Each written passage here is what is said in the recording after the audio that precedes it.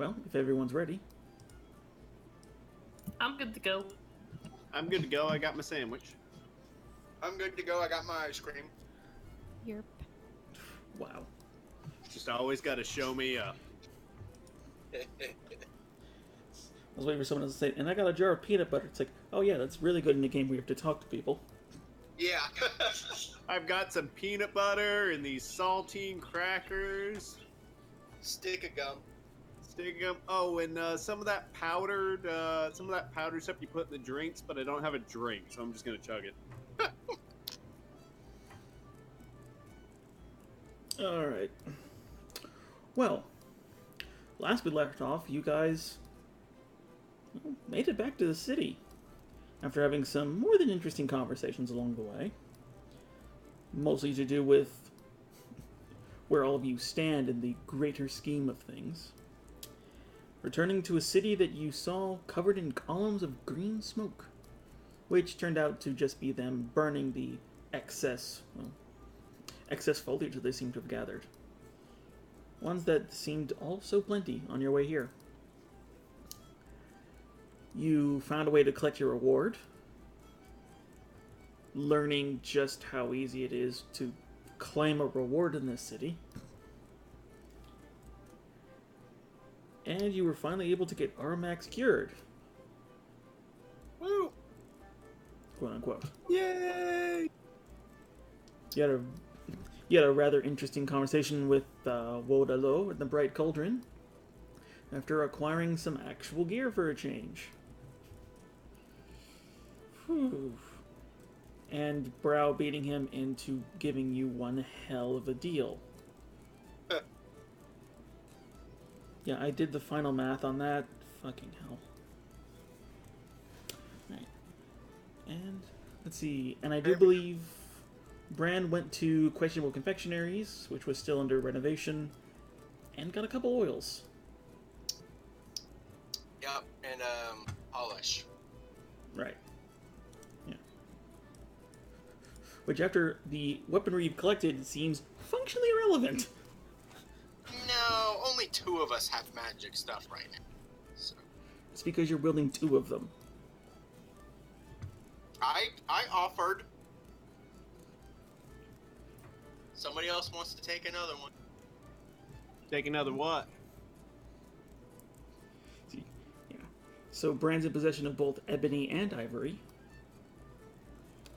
And Elenil has the Sultan's Scimitar. Yep. I'll take one of the ones you're least fond of and just use it as a backup. Okay. I'm pretty sure you're not proficient in a short sword. Oh no, it's a backup. Like, I really, really, really, really, really need to just anything. I mean, I have a lot of weapons. Yeah, but since you're not sell proficient, it'd be really difficult for you to do anything useful with it. You'd honestly be better with the dagger. Yeah, just buy a magic dagger. Hmm? Do you want to make do with a regular dagger for now? I will totally take your regular dagger.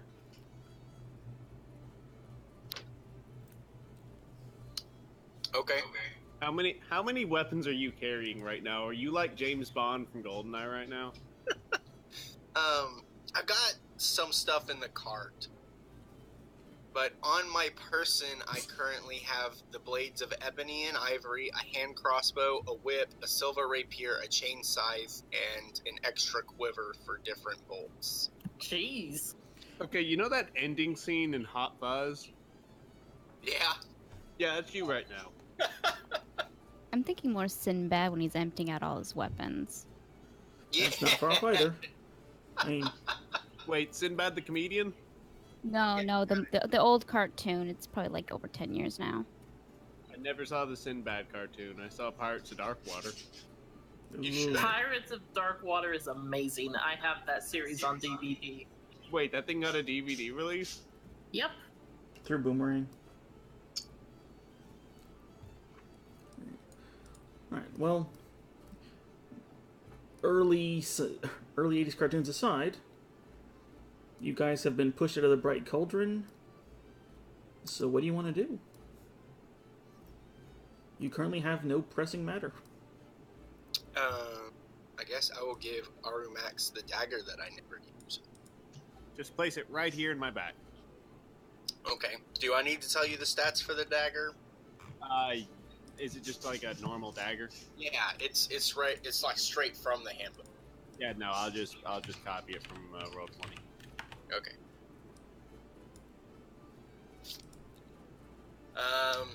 Can anyone think of anything else that we might need to do before we head to the Emerald Glades? Because we are not coming back. Well, how about we fix up the cart so it's not crap? I already did that. Oh, sweet. I mean, fixed up. It's now non-questionably functional. Right. And It is legally a cart now. like, as a reminder, each hexagon is 24 hours travel. Sorry. I was about to say. 24 days. Yeah, no, 24 days travel. This is the continent of Africa we're traveling. well, it's 816 hours as the crow flies. And you're sure as shit not going that fast. I've spent more time on Dark Souls. True, but Dark Souls you don't have to take care of a horse and buggy. My Atari loads faster than that.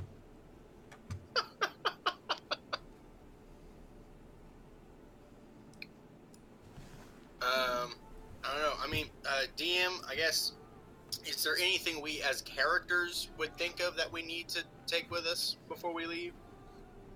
I mean, you're confident in your ability to hunt, and with Elenil's ability to just generate food and water, you're kind of all set on anything you would absolutely need. It's what you don't know if you would or wouldn't need that you might need.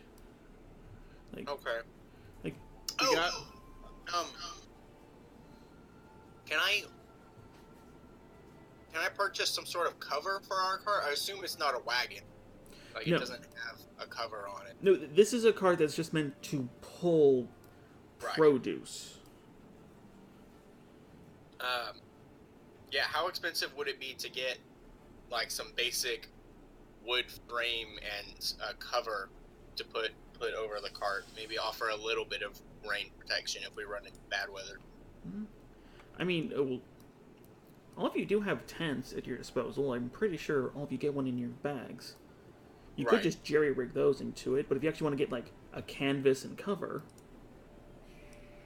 just gotta look at something.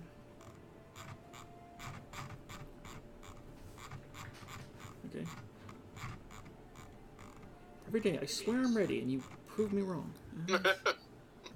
Oh, by the way, do we have anything just in case some shit goes down during the new moon?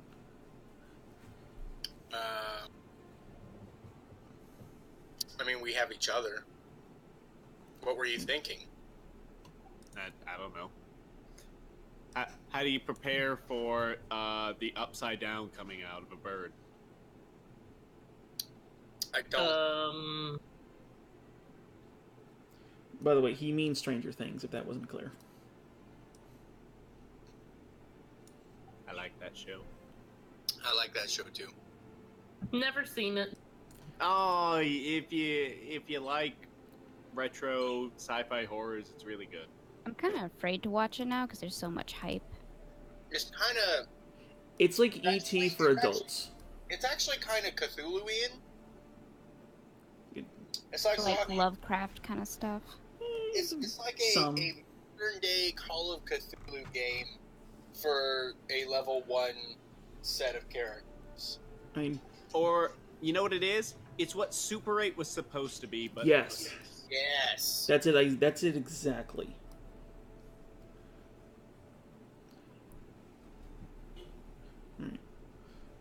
All right. Well, God, Super 8's never gonna not suck.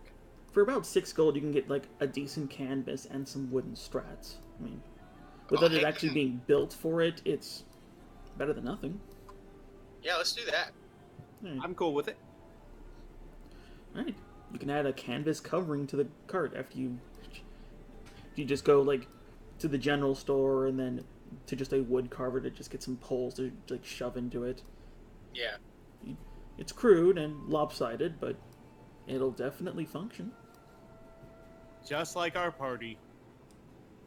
I'm just trying to think of something to kind of protect our stuff and anybody else in the wagon now, or the cart, from some bad weather if we cross it. Since we're going so far north. You're going more east than north. But we're going a heck of a lot more north. Yeah, it's not an insignificant amount. I mean, we're talking like a whole month's worth of north. Oh, the 50 travel's days. about 2 to 3 months. Yeah. Yeah, 2 to 3 months on foot heading north. You can go almost all the way up to the top of the United States with that. If you're That's- traveling past all that. I mean, the Oregon Trail usually takes, about a month? Yeah. So, The Oregon Trail didn't have to worry about dragons. I mean, not the Oregon Trail. I mean the Appalachian Trail. right. Point being, Totally had dragons. with the weather that we're used to, it couldn't hurt us to prepare. Oh yeah, no, I'm Something cool. different, then so be it. But I mean, this is a function going to be I your mean, we have a mobile bunch of home. nature people. We could just make something with hide or I don't know. it's true. Oh, I've never seen a cart walk around with a Spinosaurus fin on it. You sold those.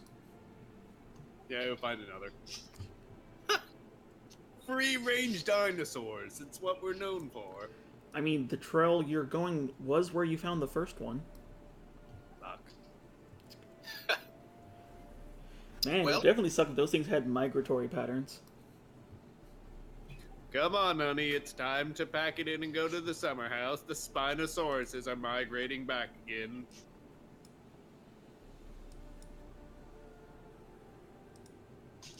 Yeah, so I think we're ready to go. Where you I at? think we should do it. Let's go.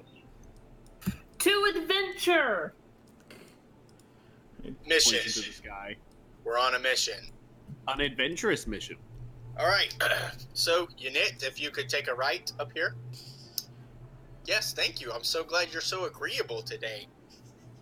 Yeah, he's just basically kind of sulking after well, Eh. his endeavor. Let's see. As All long right. as he does what I tell him to do, we'll be okay. Well, I'm going to require a D12 from somebody for movement, and I'm going to require a D8 from somebody else. They cannot be the same person. I'll do the 12. I'll do the 8, I guess. Oh. All right. Yeah. It's all right. So, as you begin to travel out of the city, you begin to see more of the pyres of green smoke.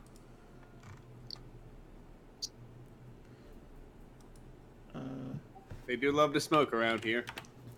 Well, it is essentially just them burning refuse, like, or not just refuse, but just like excess. The farmlands that you actually have to pass because this is where that house was. You can see that there are large communities that are just building pyres of just this green smoke that keeps going up.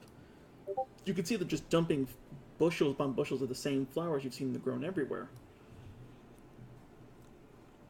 Although the thing that you also notice is, even though they seem to be throwing out so much, their fields are still completely full. It sounds like the economy's about to explode. Good. It's like the Great Tulip Depression.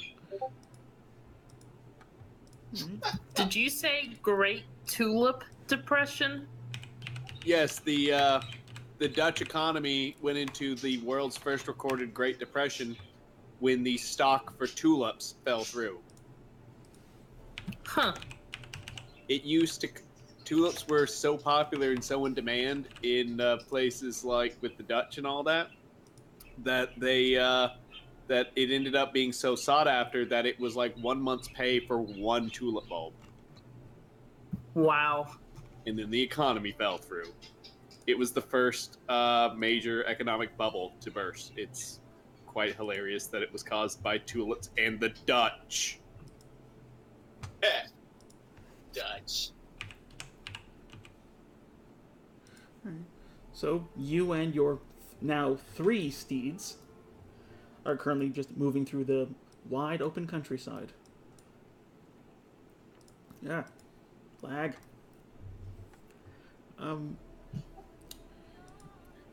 I call the third one Moonblossom. I think the third one already has a name, doesn't it, Yasha? Yes'm. That does not mean Aramag still does not call it Moonblossom. Yeah, she just let him do it. She'd laugh. So Don't worry.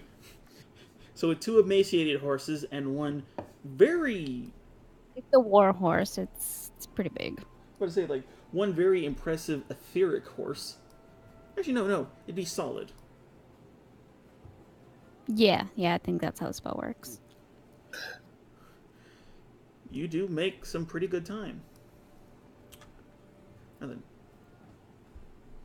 Woo! I presume you're just not doing anything else than just this. Just travel and small talk. Play a game of I Spy. And much of it there is. I spy something blue. The The sky. sky? Me. It's mostly blue. Oh. Alright, I'm going to need another D12 and another D8.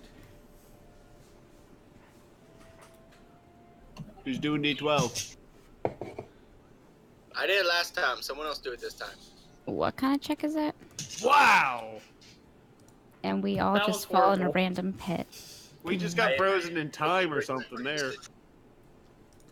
Well, you don't move very far.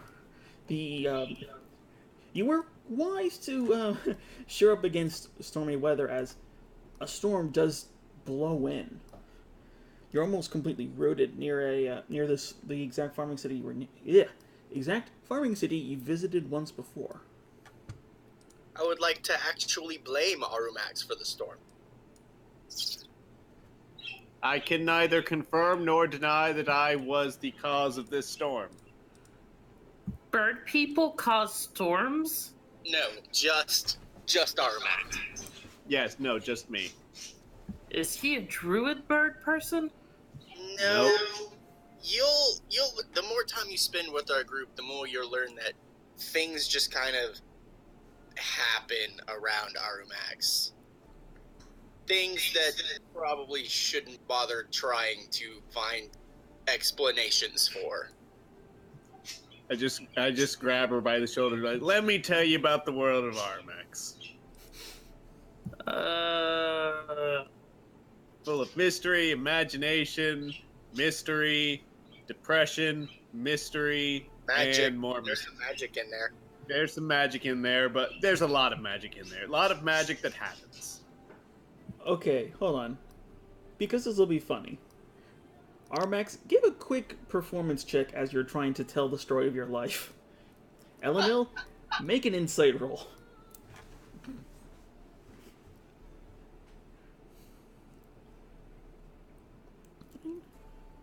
Wondrous tales of circus and self-immolation is definitely a hell of a story. And it's hard to believe, but this bird has experienced more in his very small life than you thought reasonably possible in your own. It's almost like fun or chaos follow him wherever he goes. She'll just listen wide-eyed, hanging on his every word.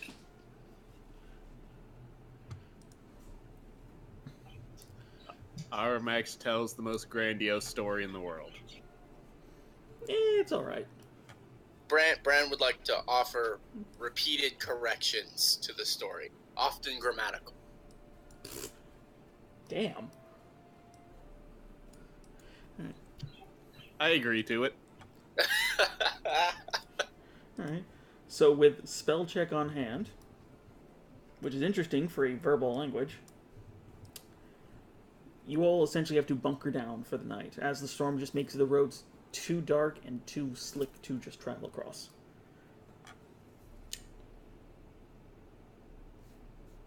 So what do you guys do for the night? I better find some food for us, I guess, despite the weather.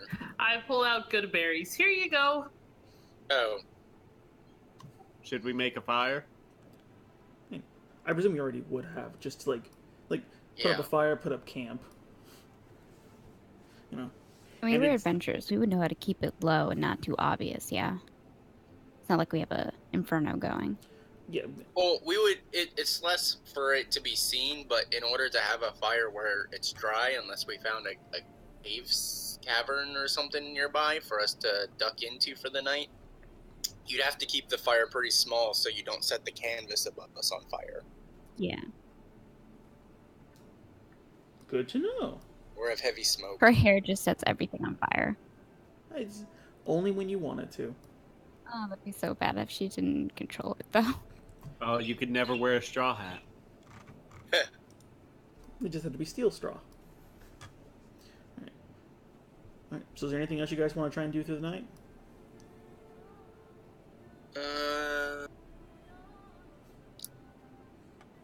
I mean, we have a whole night. If Aromax wants to join me as my assistant again, I could attempt some small alchemy. Yes. Okay, what are you trying to do? Since all I really know how to do is break stuff down right now, let's see, what do we want to break down? Alright, What do you got, buddy? I've got some, I got one of these lifesavers.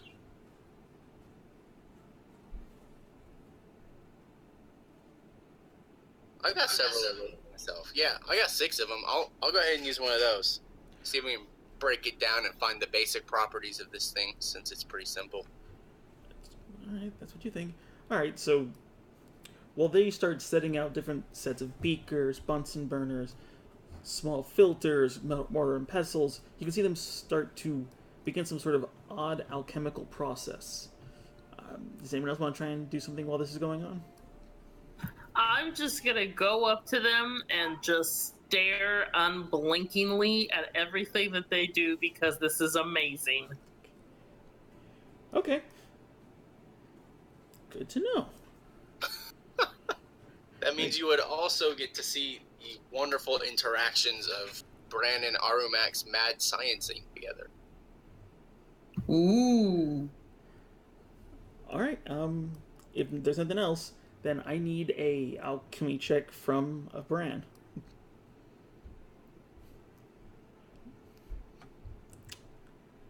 It's gonna be hilarious. I think I'm missing something. Is that just intelligence? Is that what we decided? Yes, for this it is. So you just begin grinding the candy into a mortar and pestle, and it's surprisingly gooey on the center for its harder exterior. And then over the course of the next hour or so, you see it sort of begin to sort of like melt down into like these different colored gels that you begin to separate. And I say begin, as one of the ones you're working on starts to freeze. Oh, In fact, the entire glass beaker that it's in begins to just cover with frost.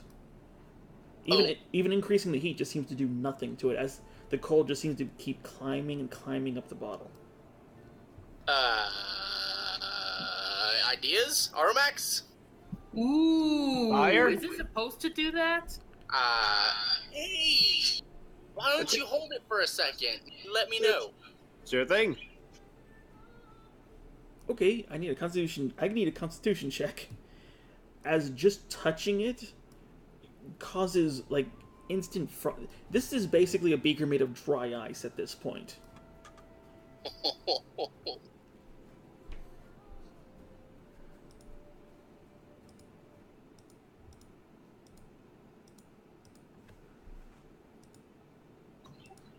I'm holding it by the claws. And it's helping. Someone light this on fire. While you're holding it, Well, as you're discussing this, it now fully climbs up to the top of the bottle, and it's just completely iced over.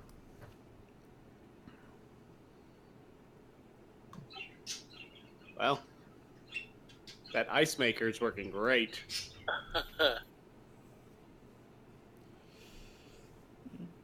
I'm gonna go ahead and pull out 2 iron spikes that I have, and just sort of use them as like tongs along the lip of the bottle to take it from Arumax before he freezes. All right, you, like a smith in his tongs, you just pick it up slightly and pull it away, and it requires a little bit of give as the ice started growing onto his claws. And even just holding it in the air, you can see it just start to like nick at the iron spikes. Elenil can see at this point that the other 2 bottles you were distilling from have also begun to freeze over. Really? Why is everything freezing over?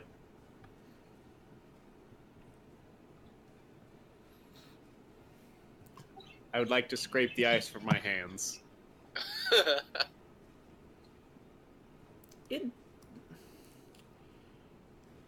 You begin scratching at it, and it's incredibly difficult. Like, for as short time as you held onto them, it actually requires you to just start prying them off. Did you make ice glue? I don't. Hold on. Okay, so I'm gonna set it down on the ground gently. All right. And then I'm actually gonna pull out one of my bottles of olive oil and pour a little bit on one of my hands, so that my hand won't stick to the bottle, even if it's cold.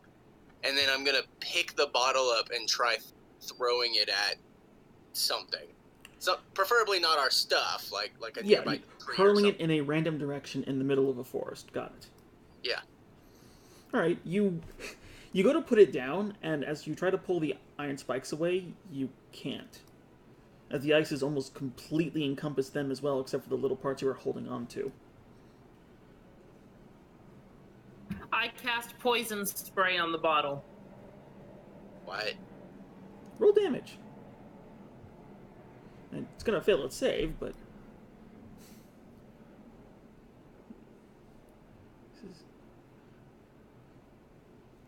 so.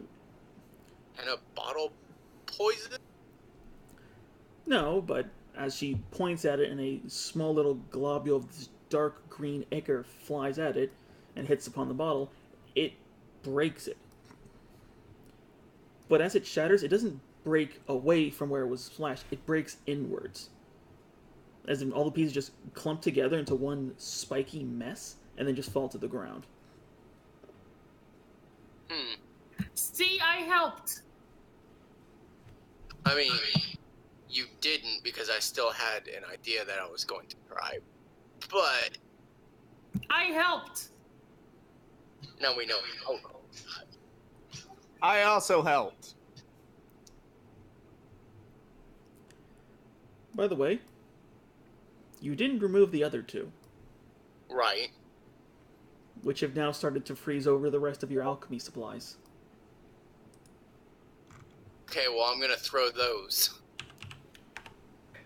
If you want, I can poison them again. I can hit it with a ball of fire. No, guys, we need them out of. Alright, well, it doesn't take you long to just pick it up and throw it, although you do have to sacrifice the stand that it was on with it. And even one of them had like a little burner on it that you also have to throw, as its too has been iced over. And throwing them into into a tree, they hit the tree and then stick. Okay. Interesting. It's like throwing porcupine needles. I've played this game before. It's a wondrous glue.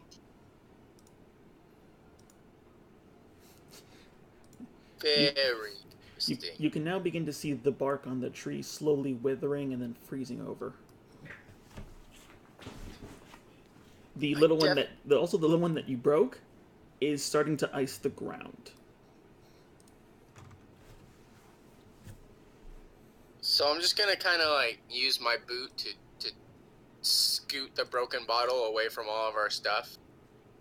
Okay, so you touch it with your boot, Yeah.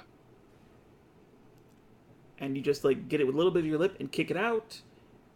And, I immediately run to the tree and try to help the tree. And it's now stuck onto your boot.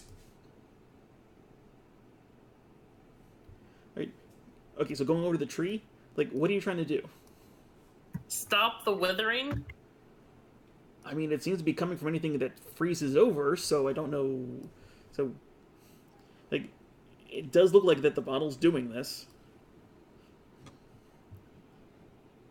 Is there any way I could, like, use a flame blade to rip the bottle off the tree?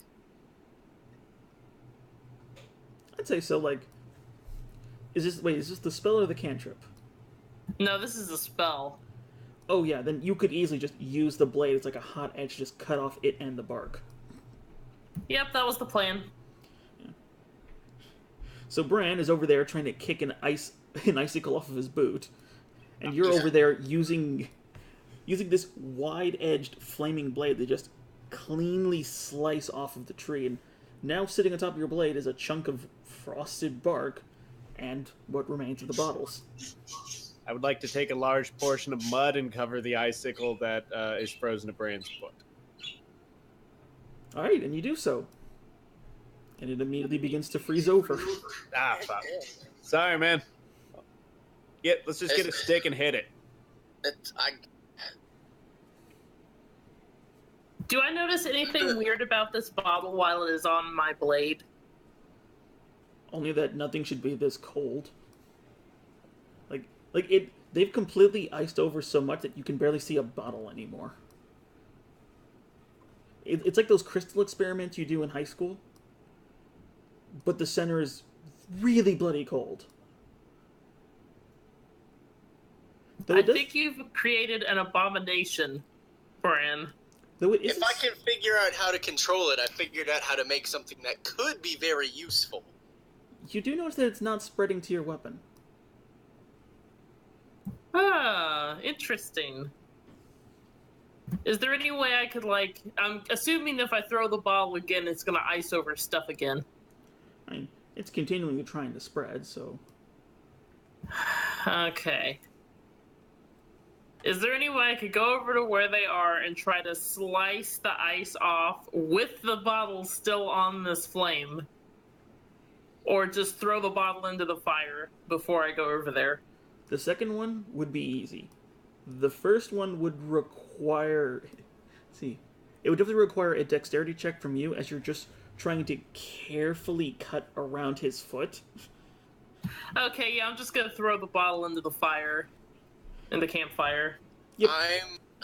I'm just gonna call on my blood right and have it activate upon my hand instead of one of my weapons and just kind of pull the ice piece off. Huh. See if we can make this a little more simple. Yeah, you know what? That works, actually. So yeah, so with the snap of your finger, you begin to generate your own sort of cold storm. Not nearly as cold as that, but as this sort of Arctic wind surrounds you, you can just sort of grab at it, and with yanking at it with, like, all of your might, you were able to just pry it off. Though it has damaged your boot a little. That's okay. I presume you also huck that into the fire? I want to observe for at least half a second to make sure that it's not freezing our wood in the fire. Like, is the fire okay still? Is it freezing over the fire? Fire seems fine. Okay, then yeah, just chuck it into the fire. Like, it's definitely trying to freeze, but anything it tries to, like, freeze into immediately begins to melt from the heat of the fire itself. You figure with enough heat, it'll probably just fight it off. Well, okay. Yeah. I also kind of want to see how long these last. So I guess I'll put mine in the fire, and when we set up our watch, we'll just have to make sure we have the fire keep going, and because if it goes out and things start freezing over, that'd be awkward. We have made anti-fire.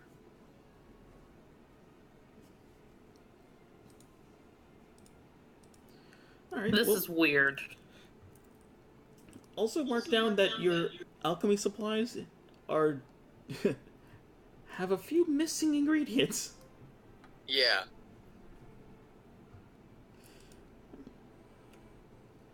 Let's see. Well, unless if there's anything else you guys want to try and do, you can set up your watch for the night. I'm going to look to Bran and say, did you create the cold wind? What? I felt like a cold wind go by and then you ripped the ice off. Oh, yes. I am secretly a druid. Her eyes get wide. Really? And then she immediately starts speaking in Druidic. I said secretly. Let's not make a big out of this. Deception. That is blatantly a lie. Yeah, it is. I was surprised you didn't call for it earlier. Oh no, I wanted to see what you'd say first. Yes. Elenil? She just kind of eyes him warily and pretty much gives him a simple question in Druidic like, can you understand what I'm saying? And he responds with, I normally don't like fish in my ice cream. Don't lie to me. Liar. Well, I would never lie to you. I'm not talking to you, Aramax. I'm talking to the liar, and I point straight to Bran. Yeah, Can't help you, Bran. That's okay. I really don't think I need your help. Yes, I created the cold wind. Sometimes I ask for help from the wind and it answers me. Sometimes. A wind talker. Yeah. That's also another lie. I'm lying again. In case you hadn't noticed during the social interaction right here, I'm continuously making up impulsive lies because I don't actually desire to answer your question. Doesn't mean I won't still ask. It's true, but that doesn't mean that I'm going to give you a real answer. I must search on this further, and she's just gonna, whenever it's time for her watch, she's just gonna sit and think about wind talkers and what the hell he could be that summons winds.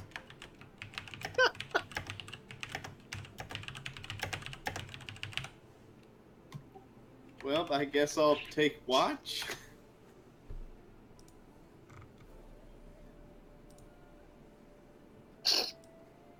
Bye, buddy. Alright, so you want to take first watch? Alright. Alright, then I need a second and a third. I could do second and third if you want, since I only need 4 hours of sleep. I could also do second and third. Right. If the two of you want to do it, you can just do 2 watches. Like, I'm fine with that. You want to do that, Aramax? Sounds good to me. Cool. alright, so who's going first? I'll go first. Alright, so you begin to watch your questionable science experiment, and you do actually have to add a little extra fire, or add a little extra wood to the fire every so often just to keep it burning. Yeah. And it also helps just keep away the cold air that seems to be just moving around you guys, though it seems less cold from a lack of fire than possibly more to a change of season, and the fact that it's still drizzling. The sky is just completely darkened over. Give me a perception check. There it is.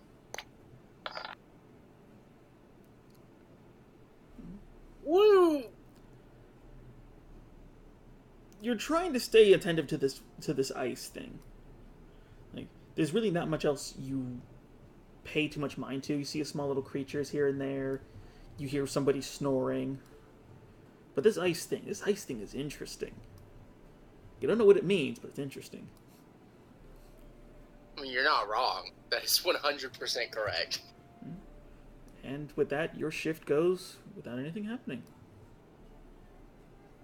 Hey, Elena? Eleanor. Psst. Yes. Like, shake it. It's your turn.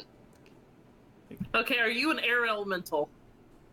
Yep, you got it. That's me. I knew it. With a nat 1 on deception, you can see through that as well. I know he's lying, but she'll play along for now. Unit has all the facial tics when he lies.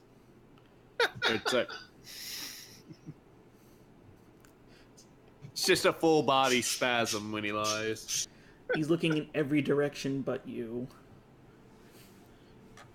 Both eyes twitching.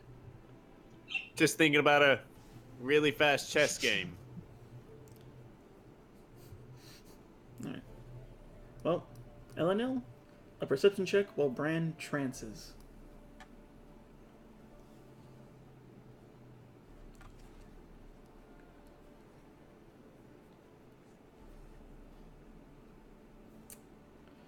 Alright.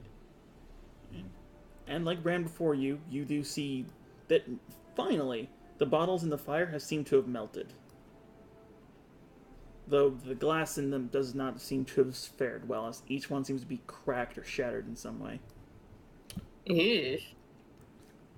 Right. But with that done and the storm passing, you take a moment to just sort of look up at the stars to contemplate the oddity of your current situation. And you do notice that you were right. There's a fully eclipsed moon above you. Weird. You also hear stirring. You can hear this sort of like this low guttural growl. And you hear this sort of like commotion coming in from right across the fire from you. Do I see anything through the fire and with my dark vision? You see Aramax's tent is like bumping around. I run over and check on him to see what's up. Okay. So you run over to see how Aramax is doing. You just open the door? Well, flap. Yeah. Alright. Well, you do see something.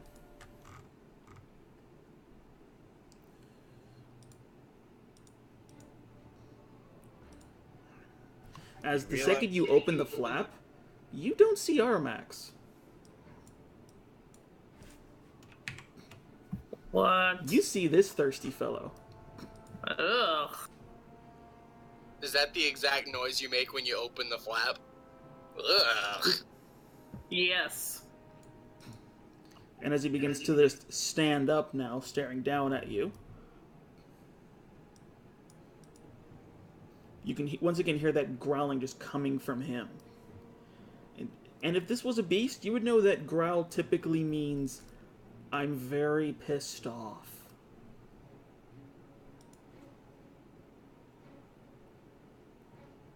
He's just looking at you. I back out slowly, not turning my back to him, and go to the nearest tent and start waking everybody up. Alright, the nearest tent would be Ayaja. I wake her up. And I'm going to need an initiative check from you.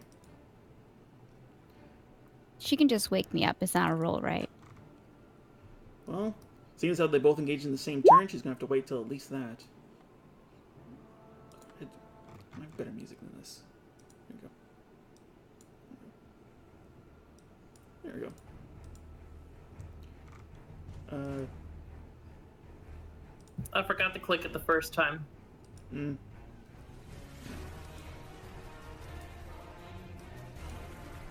Much better music. Where did it go?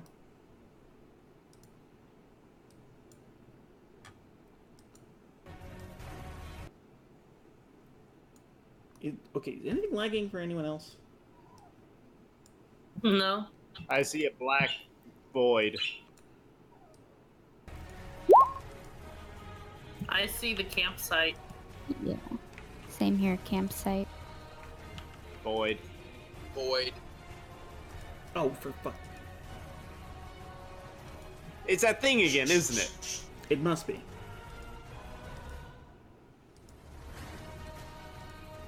Oh, it's because you have old tokens. Oh. Stupid collect tokens. Oh. I think this is going well. How about now? Oh! Now, you are not awake currently. Right now, it's just Elenil and this thing. Just having myself a little sleepy sleep. You don't know at the moment. Alright. Let's see. Oh, this will be fun. Elenil, Yes. you hear a voice enter into the back Oh, of your shit. mind. Low and guttural like the same growl, but it seems to almost demand a presence that echoes in your very body. This world is mine. Serve or die. I spit in his face. Oh, dang. He doesn't respond yet. Nope, your move. I continue to start waking everybody up. You're just gonna run over there and just shake him? Without showing my back to him, I'm gonna just walk around the whole tent, nudging people awake with my foot. Alright. The closest you could get still wouldn't put you in physical touching range of somebody. You can always just scream really loud. That could work too. Okay, I scream really loud. I didn't even think about that. Yeah. Like, as high pitched as I can go, and as long as my breath will let me. Alright. Ayaja, Bran, Aramax. Perception checks. And scream and talking is a free action, so you still have your action and bonus action. Bran's up, Aramax is asleep, Ayaja's awake. I took a NyQuil or something. I think what I'm gonna do is... Shit. You guys can enter the initiative, by the way. Yeah. Like, how close am I to this guy? Oh, when he was squatting, his knees could almost touch you.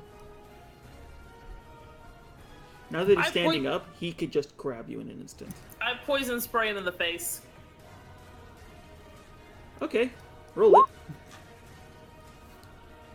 Alright, you point at the creature while still screaming and let loose another small globule of dark greenish fluid, and it hits him square in the face. He then Yay! extrudes this bony tongue and just licks it off his face. Ew. Ew. Seemingly Aw. unaffected. I yell out, poison doesn't work! Alright, bonus action and movement. And I'm just gonna start backing away toward a tent. Alright, which one? Because fuck this guy. Whichever one's the closest. It'd still be Ayaja. Yeah, I go to her tent. Move where you want to go. You do have control. Okay. Alright. Yeah, so like I'm in the tent with her. Oh, no, you're not. You're like right at the door. Or wherever it is, yeah. Alright. So yeah, that's you up. Ayaja, enter the initiative. Oogie doo.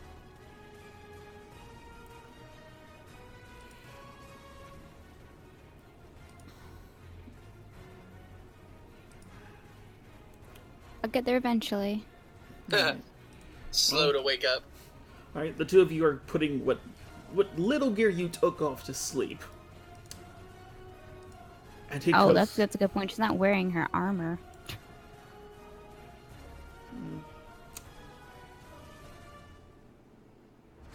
I wish you hadn't said that. I'm sorry, I'm honest. Well, yeah, sleeping in your armor actually causes a point of exhaustion. Yeah, so that's why she wouldn't be wearing it, especially her kind of armor. Does? Leather's debatable. I guess I always take the soldier thing for granted. Alright, well, I mean, the two of you are rising and gathering what gear you can, then. Unfortunately, it's this guy's turn. And... You know what, you didn't do anything to him, he's just gonna laugh. He's just gonna step a foot closer to you and just do, like, the menacing slow walk with his, like, toothy grin just staring at you. Bloodlusted eyes just glaring through Elenil's soul. I don't like this guy. You are not a threat to him at all. Bran. Drawing my new favorite swords and activating my blood right, I am going to almost do the same thing to him. The slow walk? Little more efficient with it. I do want to be able to actually hit him. Yeah. You also have to go half your movement speed, so it's less of a slow walk and more of just a slow jog. Yeah, okay. We're gonna hex the guy. Alright. So, doing your best badass impression, you just start lightly skipping in his general direction. With blades in hand, you just sort of whisper a word, pointing your blade at him, as this small little ring of arcane energy just circles around his neck. And he takes notice.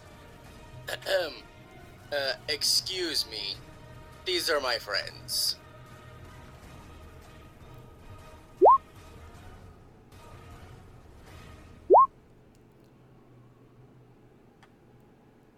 Alright, did you remember to copy down the text of those blades? I did, yes. Alright. Because I can't keep track of it every time, but this creature Right. is indeed evil. So, Ebony... Okay. Ivory triggers. Ivory. Okay.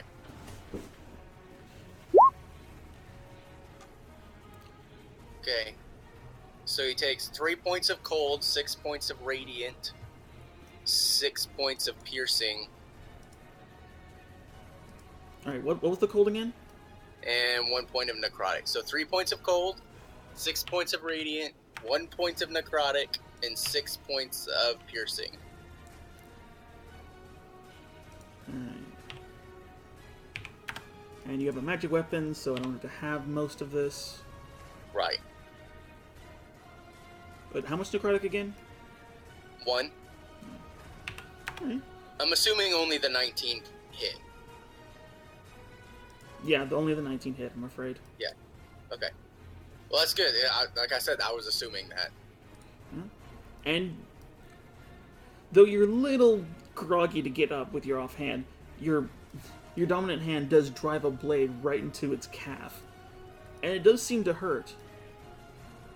Though your normal cold energy that you've relied upon doesn't seem to phase it. It seems to almost just sort of burn in and then just wisp away. Interesting. Elenil. You guys are grouped up pretty badly.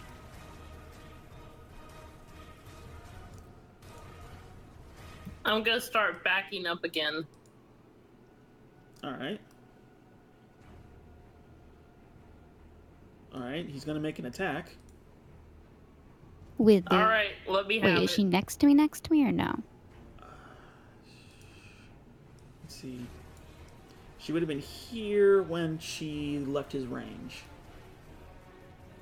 But I doubt I'm the same size as the tent. I assume the tent's a little bit bigger than that, right?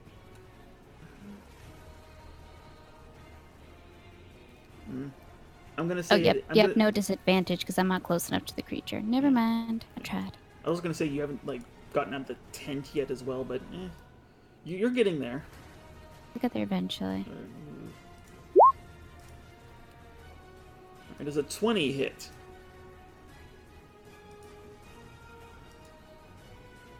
Eleanor? Yes. Alright. So as you begin to walk away, he pulls out this huge tuning fork that you didn't see where he stored it, and just thrusts it towards you. It actually extends to just cut you right in the side of your abdomen. And because he's a creepy son of a bitch, he's going to lick the blood off of it.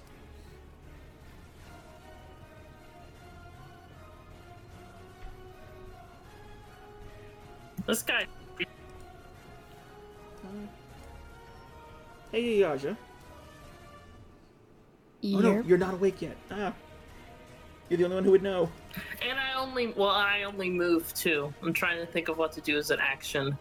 I can't really see him either, even if I was awake, so... Yeah. Not until your turn. But yeah, you still have your action and your bonus action. Which, it's been a couple days, so all of your stuff has reset. So what are you going to try and do, Eleanor? I think I'm gonna try to cast Moonbeam on his ass. Alright. Roll it. And it's a con save? Yep, the piddly damage though. Nice. So he gets 4 damage. Yep, he takes 4 damage. So you raise your hand up to the now less darkened sky and just thrust it down, bringing down a beam of moonlight. But normal than the regular sort of like white sort of effervescent light, it's this dark column that drives down upon him. And it does seem to hurt him. He does sort of recoil, but it doesn't do as much as you would hope.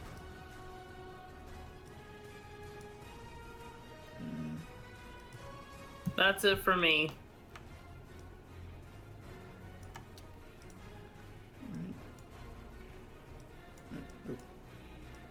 And I have no ability to move this circle now. What the hell?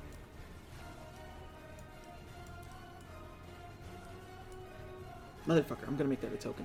Alright. Ayaja, you're up. Okay, would it take a turn to grab my equipment? Just my sword and shield? I took it in after she screamed. Basically, since she screamed, you basically spent to grab your equipment, and then this is you getting there. Okay, so I have my short... Yeah, Yeah. I can't talk, so yeah. So... No one here is an inexperienced fighter. I presume that the second you hear something going on, you know to grab your armor and gear. Well, Oh, minus that's the armor, 'cause that takes a long time to put on, so no Yeah. armor. Oh, So you still have peeking it. out, just coming out. Do I know what this thing is, or do I have to make a check? Quick religion check. Right. I can already tell you that you can tell this thing is fiendish.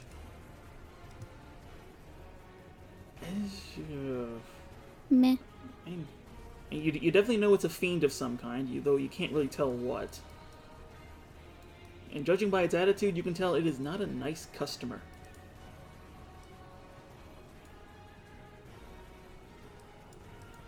Right. Did I see her moonbeam acting? Like, No, it's still acting? active. Yeah, it's being wonky, right? It's a different color than it normally should be. If I look up, does the moonbeam have its original color up top, or is it just all of it's darkened? All of it seems to be that same darkened color, though it has an outline of the normal sort of bright light. Okay.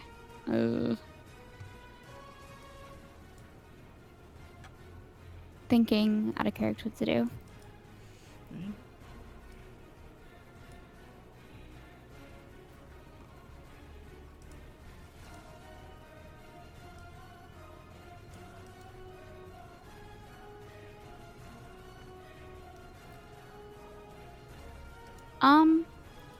I'm just gonna try to do one of my divine, whatever they're called. Oh, Divine Divinity. Smite? I want channel divinity. Oh. What does your channel divinity do? I'm gonna Hold on, I have to read it to make sure I'm doing the right thing. Sorry. So you're a nature paladin, correct? Yeah. Alright. I forget what their I have Nature's Wrath and Turn the Faithless. Oath of the Ancient, right? Yep. Alright. Nature's Wrath, you can cause spectral vines to grab a creature within 10 feet of you. He has He's wings, right? He does, though they are kind of pockmarked and full of holes. Though you don't know if that will hinder this thing from flying. Yeah, so I'm just gonna try to ensnare him. Alright, with your Nature's Wrath. Yeah. Alright, I need to make a strength or dexterity save. Could be either or.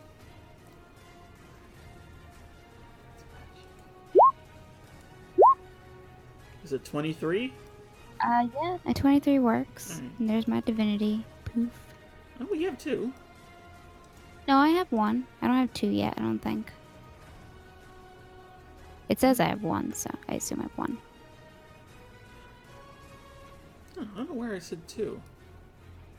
Oh, you'll gain Um, access to the 2 following divinities. Okay, never mind. Yeah, I have 2 different kinds. Right. And So, I yeah. think it's an action. Yeah, that's an action, right? I believe it is. Yep, so I'll just hang out. As an action. Alright. So yeah, so clutching your holy symbol, you sort of gesture to crush the beast, and you do see these green vines just erupt out of the ground and wrap around him. But it flexes out, and just its sharp nature just seems to cut them. I feel like it's more like a little tiny sun comes up and the vines just grow from that. I can buy that. Alright. Armax. Yes. Bottom of the round, perception check. Please wake up. I would very much like to wake up.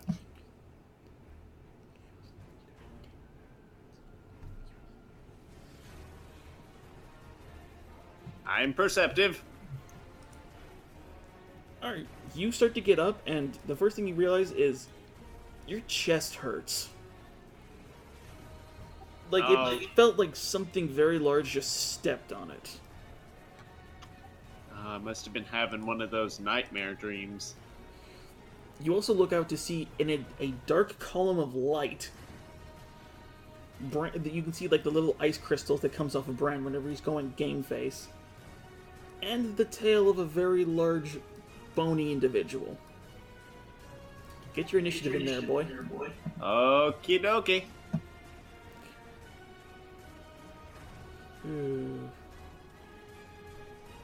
Just in case you get like a 20 or something, I'm going to wait for the turn order. Yeah, hold on 1 second. Well, that I was was actually kidding. Nice. that was spooky. I mean, this has happened to you twice before. You know what to do here. So you were just up and at him. I know exactly what to do.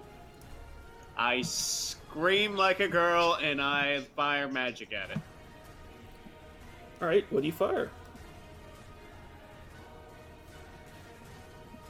Magic. I fire magic at him. Alright.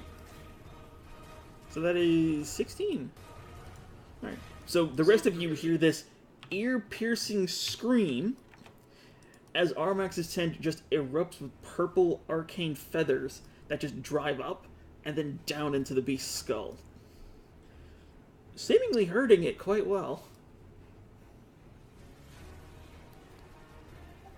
I'm going to sashay at the back of my tent over here. Alright. It has not had its turn yet, so it does not have its reaction back. Lucky son of a bitch. And just for the record, Ayaja, you don't have a magic weapon, correct? It's only magical when I infuse it, so nope. That's what I thought. Alright. It's his turn. And he's now beginning to see that, oh, this isn't what I was hoping for. But he doesn't he gets moonbeam damage since he starts his turn in there. roll the damage.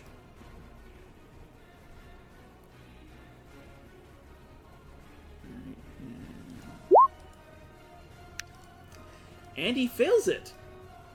Ha! So at the beginning of his turn, the dark column immediately shines into a bright light and just drives into him, almost forcing him to his knees. Suck. He's starting to look hurt. He is, however, sick of your shit, and he's going to move out of it, which gives Iaja and Bran a chance to attack. Cool, I'm gonna smite him. Warcaster.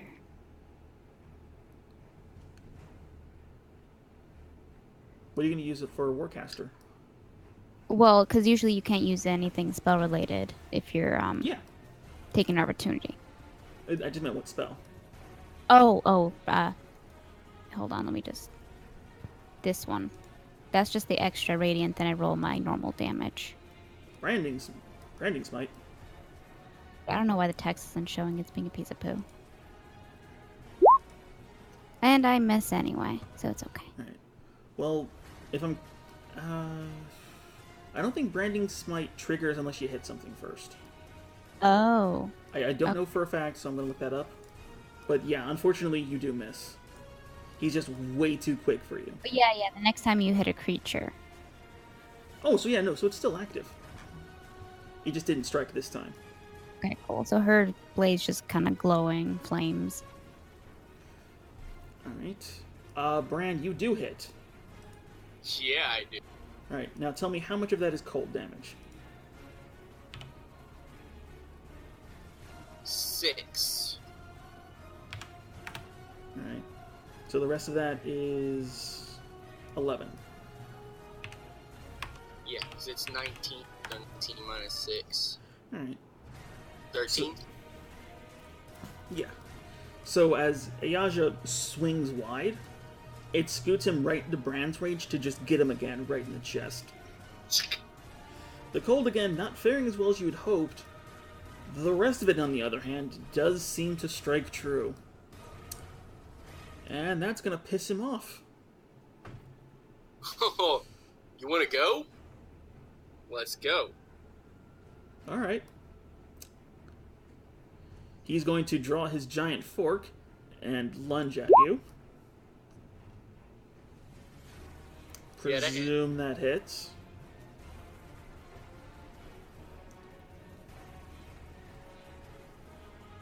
Alright. So yeah, his fork... Thankfully his fork is very wide, so it scratches the sides of you, but it's still a fairly deep cut.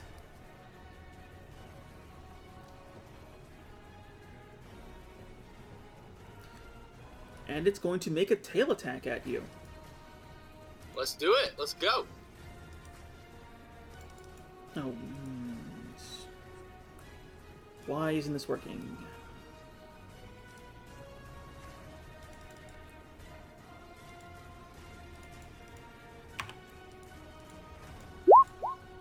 Oh, too many.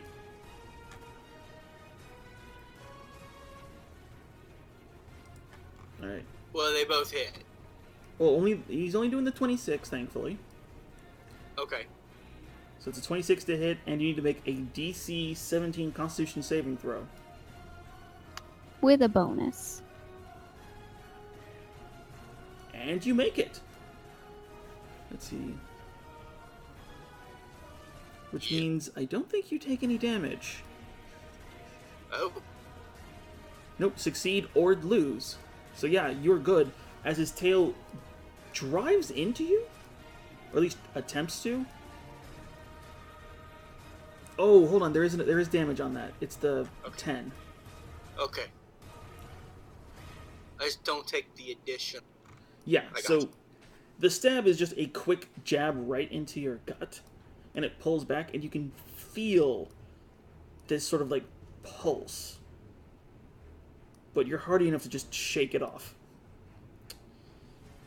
And that's going to be his turn.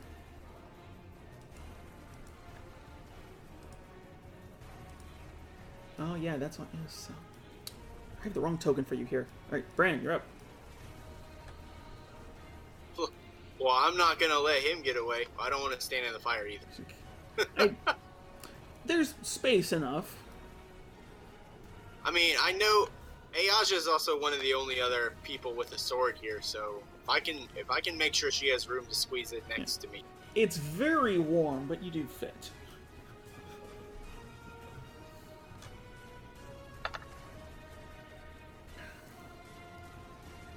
Yoza. Well, the second two hit as you unleash another flurry of strikes.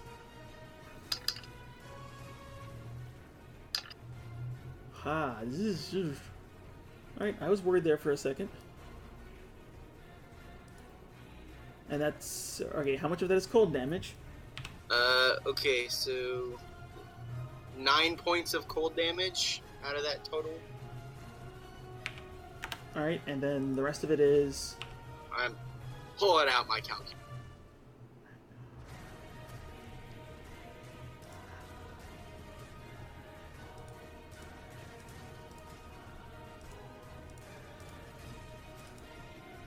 The rest of it's 28. Ooh. Ugh, so that definitely hurt him. And you also need a concentration check for Hex. Oh yeah, you're right. Which is, it's just 10. A sturdy warrior wouldn't lose it here. He says, jinxing it on purpose.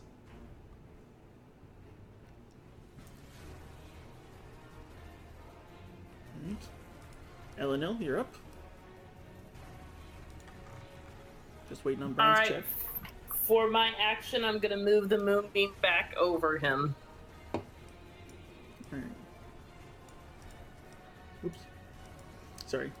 Alright, so it is over him, but it does not proc yet. Not until he starts his turn. Correct. It's inevitable. I'm just gonna chill out back here. Right. So you just like point slowly as this bright hammer of dawn just leans over him. Right. Ayaja and Bran, I still need that check. I clicked the button. I'm waiting on it to roll. Oh, I hate that. Alright. Well. Ayaja, what would you like to do? I'm gonna decisively not stand. I assume the moonbeam's not here. It's Right. on him. Yeah, it's on him. It's not where I'm I just have a hard standing. time moving it because of dumb reasons. Cool, so I'm gonna try to smack him. Now I can use this spell, right? Yeah. 'Cause Yeah, and that would proc it. Alright. Yeah, okay, I rolled twice. Then second hit, if I could get my thing to not lag. Alright. So your first strike is... Well, although the blade doesn't seem to drive as deep as you would like, it definitely feels like the magic did strike, as the radiant energy just seems to sort of like pop his skin. That's our turn. Yeah, and unfortunately your second attack is wide as he sort of recoils from the hit you gave him. Arumax. As you can see this with your as you can see him with both of your eyes, what would you like to do? Yeah, Oh, there you go. Fran's good. Well, what I'd like to do is I'm gonna fire another volley of magical missiles at him, and I'm going to demand to know where he's from in the shrillest of voices. Alright, well, big surprise, it hits. As another, like, Matt Cross level of missiles just rains out and just beans this thing. It, however, does not respond to what you said. Alright, that's your action. Bonus action, movement. Let's see. Oh. Thank you for reminding me. That is very relevant.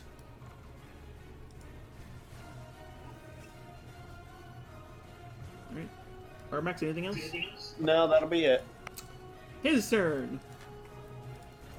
Alright, he's tired of you like punking on him.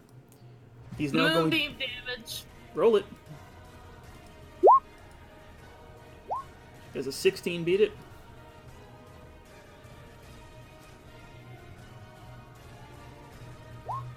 Yep. So half. So he gets half of 9. So...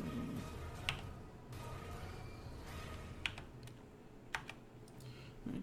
Well, it's still a bright, clear column of light, though it doesn't seem to strike him as hard as it does. He is now going... You know what? You're pissing him off. I hate to do this to you. He is going to wind up his left hand and just conjure a dark black ball of flame and hurl it at you. LNL.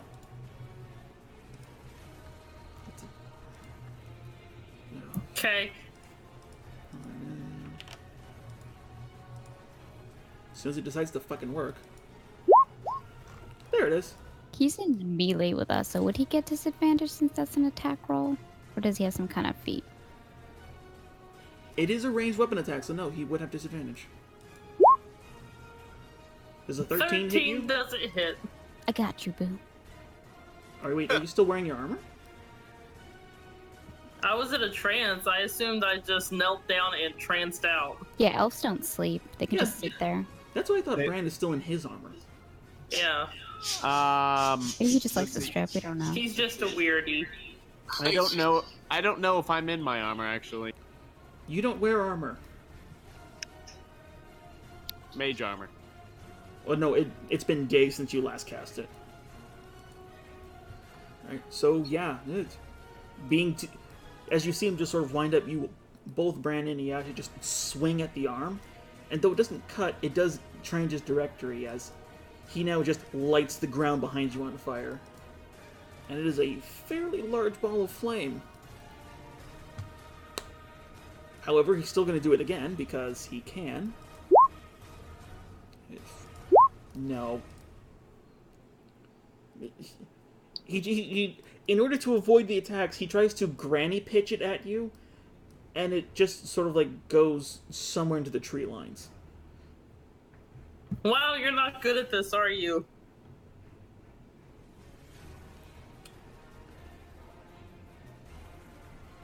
You know what? Nope. Nah, that caused attention.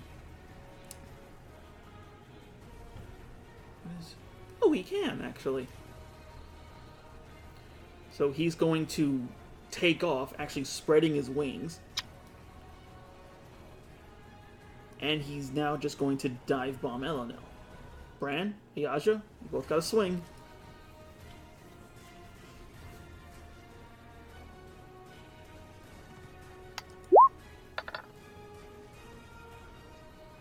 That just hits. Woo-hoo! Nope.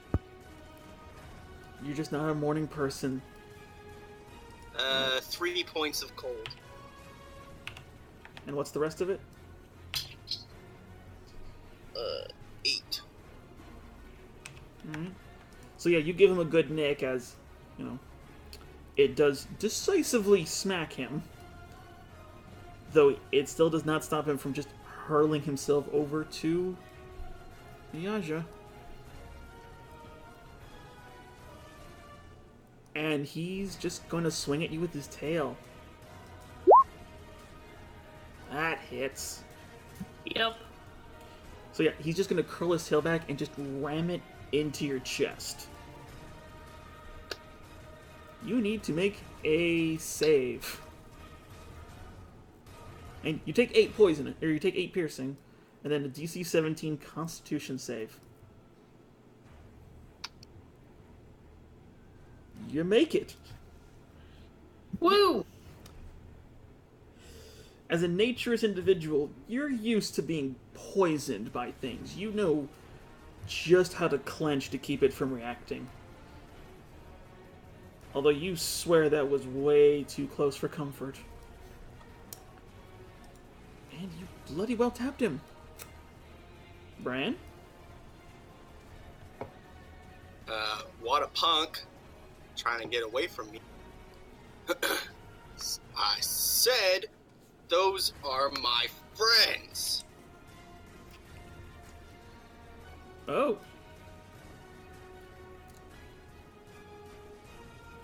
Ah, this is your new one. It is. Are you amplifying it? Of course. So, how do I describe this? So similar to your hex, you just sort of concentrate as this another sort of dark ring seems to form around him. Though, unlike the normal arcane ones you've all seen before, this one seems to be an astral band of these dark black rose thorns that just seems to cross over him in an X pattern and tighten. And with it, a small little layer of frost begins to just cut into his flesh. Nope. Yes. Nope.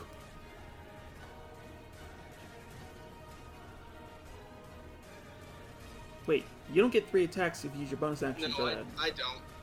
Oh, lag. Alright. If it had hit, I would have told you that it didn't count. Alright. Oh, that one does hit for full damage. Because you now made his one thing. You're the one thing he had going for him. Fucking hell, 12, 16. So it's 12, 13, 14, 15, 16.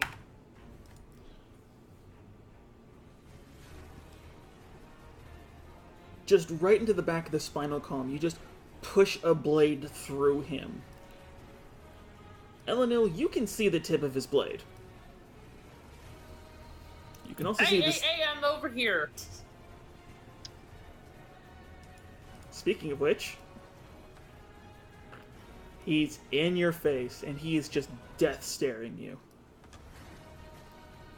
Me? Yeah, Oh. Ooh. he's sort of got the look of like a cornered animal that knows it either has to kill or be killed. Oh shit, this is gonna go bad. Probably. So what do you want to do? Hey, Yasha, get ready because you're next. I move the moonbeam back over him for my action. Alright.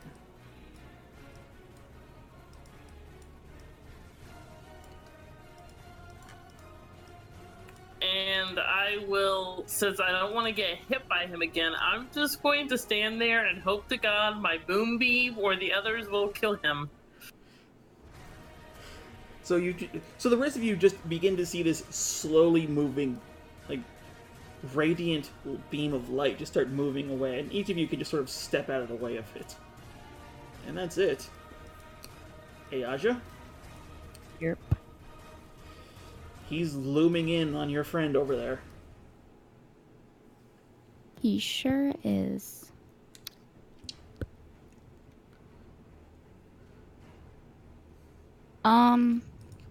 How's she looking health-wise? I mean, it looks fine with the bar, but I don't know how relevant that is.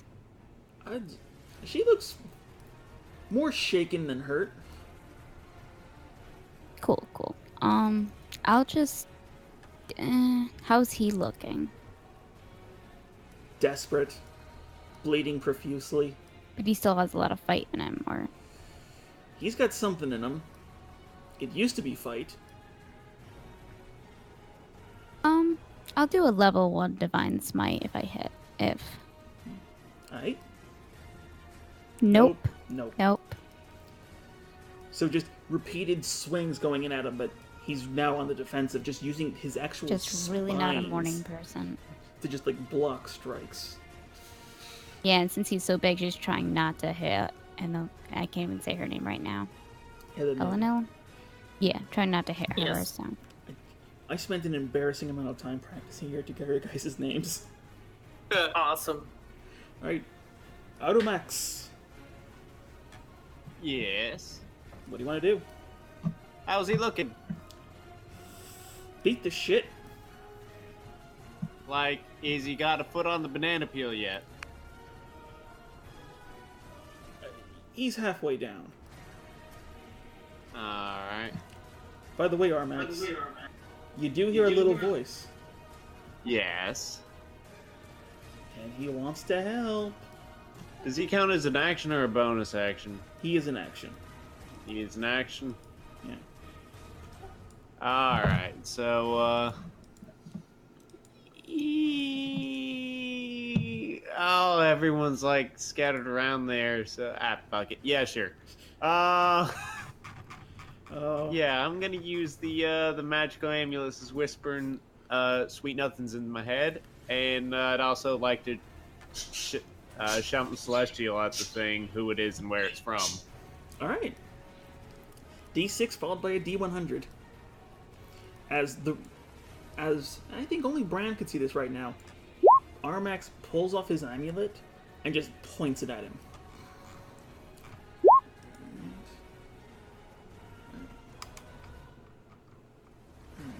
Hold on. 59. What's gonna happen? A flower pot's gonna hit him? Hold on. I gotta look up the spell. Everyone within a 30-foot radius dies. No. It's actually better than that. Automatic game over.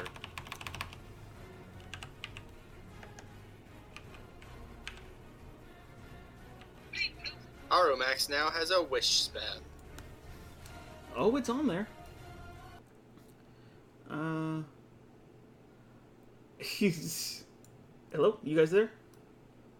Yeah. Yes. Okay, blanked on my end. But no, Armax, you point your amulet at him, and the green gem on it fires out and hovers over him. Then all of you can see as it sort of bursts, and this angelic presence now stands over this beast. This monolithic-looking creature that is just covered in white plate mail, holding a giant greatsword in its hand. It seems to almost radiate daylight, and it just stares down at this creature, waiting for it to make a move. Oh, dang. Oh god, please kill it. It unfortunately does not do anything. What? As Guardian of Faith waits for it to move. Oh. Such a cool ability, but it doesn't do anything unless he moves.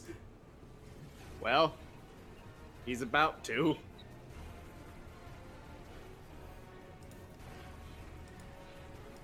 And you're not wrong.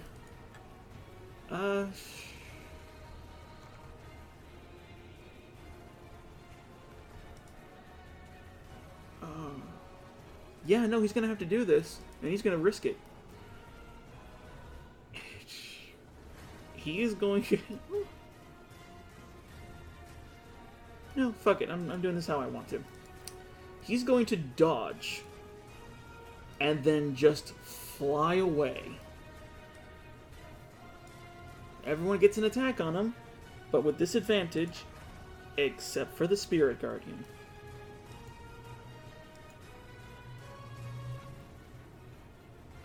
Alright, everyone get your attacks in. Alright. Also, Armax, what is your spellcasting saving throw? My spellcasting saving throw? Yeah. Let's see, 15?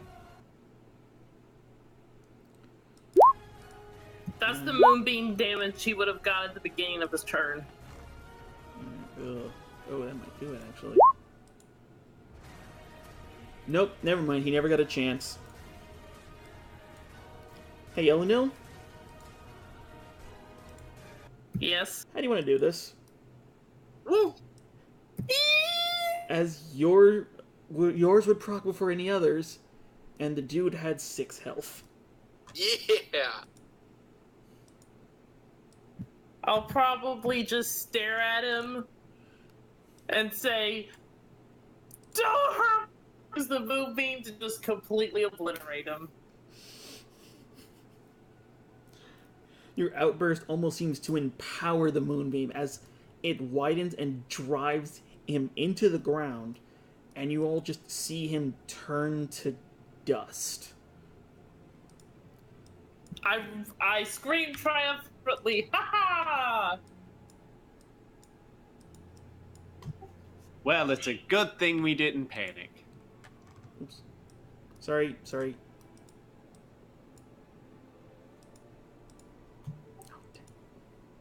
Hi, terrifying angel. Yeah, he's gone now. Well, actually, no. He collapses back into the gem and then Cool, flies into Armax. you. How did Will I ever? I've Wait, got what? this magical necklace. And he does all the stuff for me. but it said necklace? Yeah, but he speaks into my mind. There's a soul in there or something, I don't know. Should you not take the soul out of it? I don't know how to do that. Is there like a hole you open up? Just go to what they call churches here, and they do it. I asked the necklace if that can be done. As the light flickers down, he just says, "Oh," in a very indignant tone. The necklace says no. Should you really listen to an inanimate object? Well, technically someday we will all be inanimate.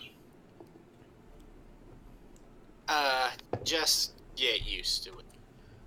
I mean, he speaks the truth. We will all die someday and become fertilizers for the trees.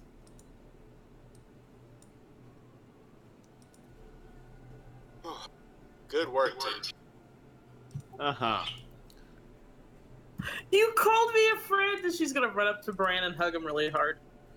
Well, I'm didn't he- gonna freeze awkwardly, completely unknowing of what to do. No. You hug them back. I show Bran how to hug. Well, see, here's the thing, though. You freeze emotionally. She begins to freeze physically as your right is still active. As it feels like you are now hugging a popsicle. I keep hugging. I let the feeling ride. Alrighty then. Well, after restoking the fire and unfortunately Armax, your eye does disappear again. Back to not being able to see moving picture puzzles. Alright. You do get a night's sleep. So did the spells we used count for before or after the rest? Since it happened in the middle, kind of. It happened during the Elenil's rest. So basically, you'd have to start out a little later the next day, but you would still get the benefits. Okay, so I have my spells back. Yeah, you have a late start. Remember, you don't have to sleep to get a long rest. You just need to rest. And with that, you are back on the road again. On your left, you do see the same farming village you have been to before. And you see, predominantly, the main road. What would you guys like to do? We should probably avoid that farmland. They probably want us for murder. I look to Armax. Does that happen to you a lot? Every time there's a full moon and every time there's a new moon. So twice a month. Yep. And you're not dead yet. Yeah, no, it's I've been dealing with it pretty well. I mean, it's really not that big of a disadvantage. I'm pretty sure most of the time they don't desire to kill him, as he seems to be some sort of mobile portal. Oh. Yeah, I have no idea what my folks were doing back in the day.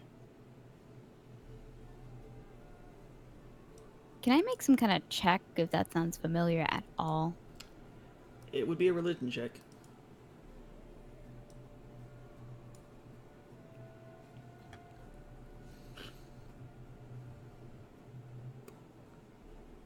Oh, dang.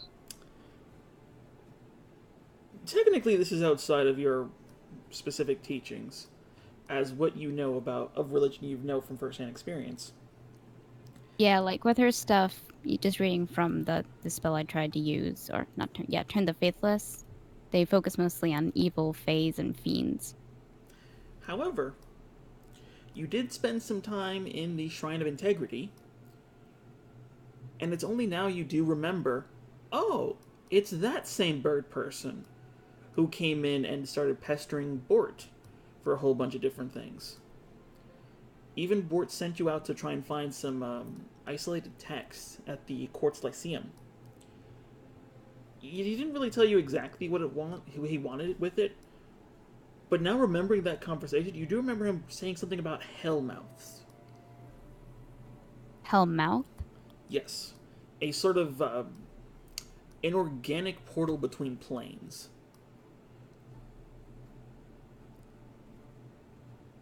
Similar to how the Feywild and the Shadowfell can manifest, bridges in reality, a Hellmouth is a living version of that. And would I take it unusual for him to be one, or? Well, from what Bort said, mostly in his sleep, that hasn't been a thing. In fact, most of the recorded documents that the church has says that it was just a myth, that it was disproven by someone.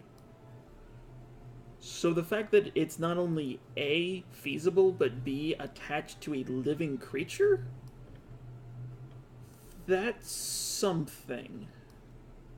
Yeah, that's weird. Also, disconcerting.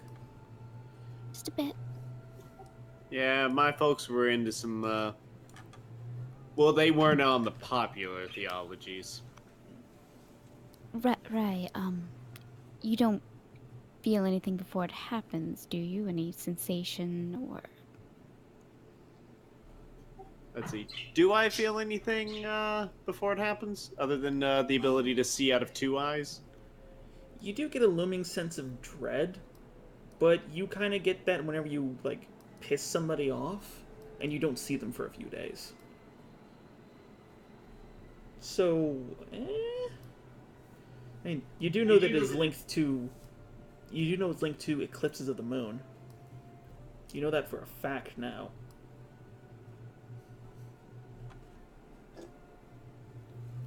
So no, it only seems to I only seem to get really, really, really nervous. The ability to when I get the ability to see out of two eyes.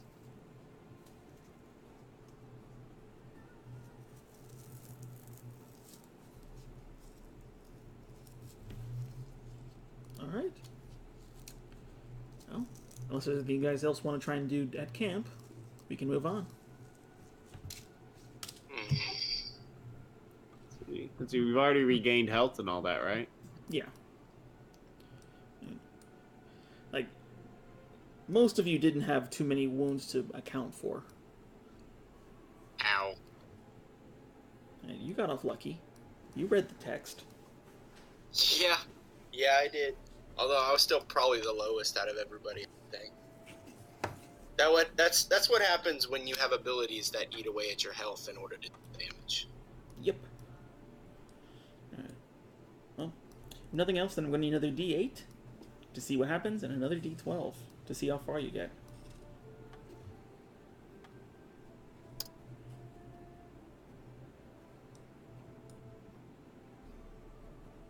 Alright. You guys do actually make it to a large divide in the road. Though that's not the first thing that catches your attention. Elenil, you start to see a disturbing amount of small creatures that seem to be running away. Going the direction you came from. And it's upon coming over a hill, you then begin to see what's happened. As the lands around you have been burnt to ash. She starts getting very, very, very angry. All of you can see just these husks of trees and this fine film of just soot on the ground. the road that you've been traveling on is now cracked and pocked, just from what looks to be some sort of heat that has just cooked it into oblivion. Does it feel like it's incredibly hot outside, though, temperature-wise? Currently, no. And even then, the only signs you can see of heat are just little sparks and embers here and there. Well, I can at least say I didn't do this. Is there a check I can make to see if, looking around, maybe I'd be able to tell if this was some sort of monstrosity or creature that could have caused it? Make an investigation check.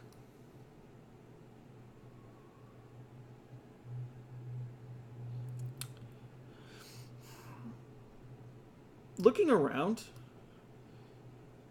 it seems to be clear that this wasn't some sort of blast. This wasn't some sort of, like, breath. This looks to be a fire, just like a standard forest fire, but it seemed to have gone out far too quickly, like it was caused as opposed to it just naturally happened. And scanning around, like a few hundred feet from where you are, you can see little pockmarks of what look to be fluid. And testing them, they do seem to be oil, or at least the remnants of it. It would appear that someone intentionally did this.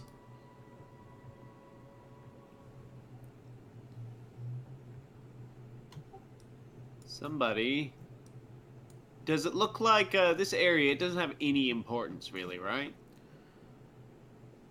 Looking at it specifically, no, other than just the sort of turns in the road. One leaning to the coast where you can see a island, and the other one leading up north from what you can tell on the map. You do, however, see you do see along the coast there's like a stony outcropping. But other than that, not much. So it kind of looks like someone was testing something here, but not like actually burning something important. You can't tell anything important, but from pockmarks of oil, it's hard to tell what they were testing, if anything. I'm gonna take one of my empty flasks and, but is it just normal oil? I mean, scooping up what little has not burned away, yeah, it just seems to be standard lantern oil. Maybe they were trying to burn something out of the area. But what would they be trying to burn out with so much lantern oil? Fuck you. I had to. I don't know. I mean, we've seen undead. Most people aren't equipped to go and kill undead individually. If there's a village nearby and there was some sort of creature they didn't want or set of undead in this forest, they could have just decided to burn all of it. Yeah, but that seems to be a bit like cutting your nose off to spite your face, because then you have to deal with undead and a forest fire. Unless, of course, the forest fire is put out quickly somehow, which is what it looks like here. Was there anything that looks like it survived, or is a unnatural, like, establishment? Make a perception check. I presume you fly up to sort of like take a look of the land. For sure. Right. For show, for show. I am perceptive. Right. Zooming up, you can now see that there's like a good mile and a half around you that's just been burned. It doesn't look to have any sort of distinct pattern along the edges, though you do notice it does end along the shoreline where the rocky outcropping is. So it ends right at the outcrop for the shoreline. There's a stony alcove on it. Yes. What's an alcove? I'm using the wrong word. I only know it in Hebrew, which means needle. It's like portcullis. Oh, how it has the dock underneath a section of mountain. There's another one over here. Probably talking attached like to some sort of dock. You talking like a key? Yeah, there we go. Yeah. It seems like it's only inhabiting like this area. Does it seem to have a source? From what you can tell, it's hard to tell. I mean, where you are definitely seems to be cold.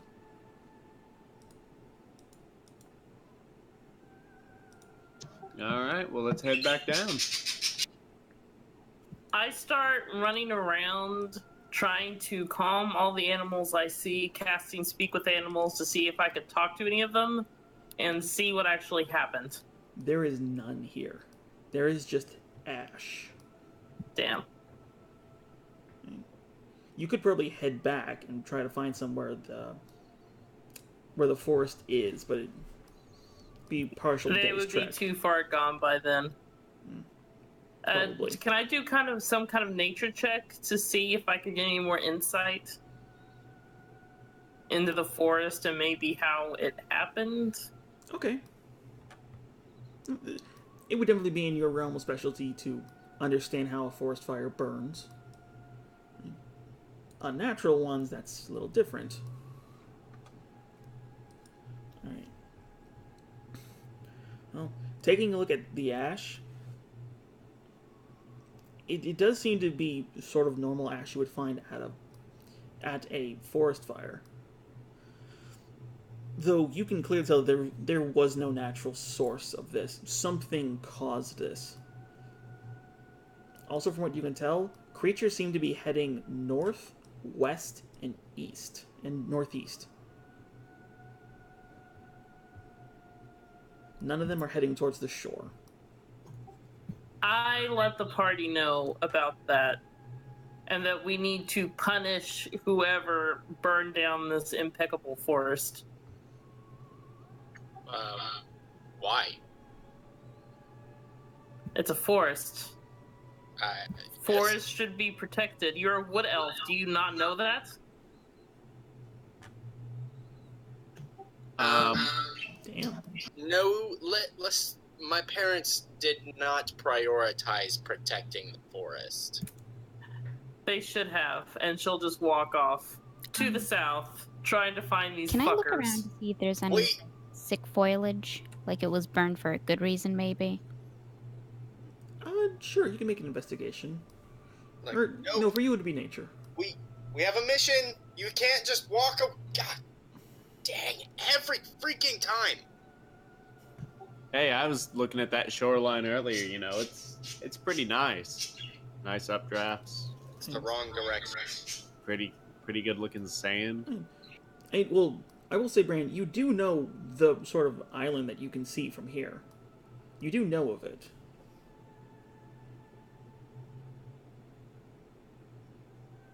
And for the life of me, it's one of the ones you were told about when you were studying the area around. The one that has that weird creature you've heard of. What weird? What is this? Alright, I'll get to that. Hey, guys, you're looking around. You do find a couple of, a couple of plants that have survived. Though most of them were probably just seedlings. Sorry, not seedlings. It's like actual, saplings and seeds. So what did you want to try and find out?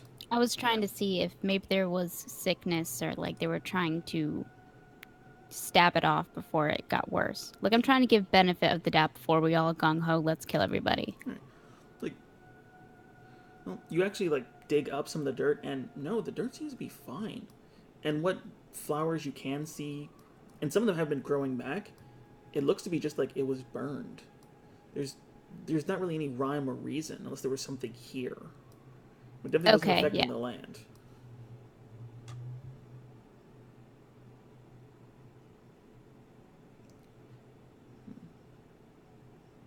I'm good. Well, no, I take it back. You do find the same sort of pools of oil Bran found.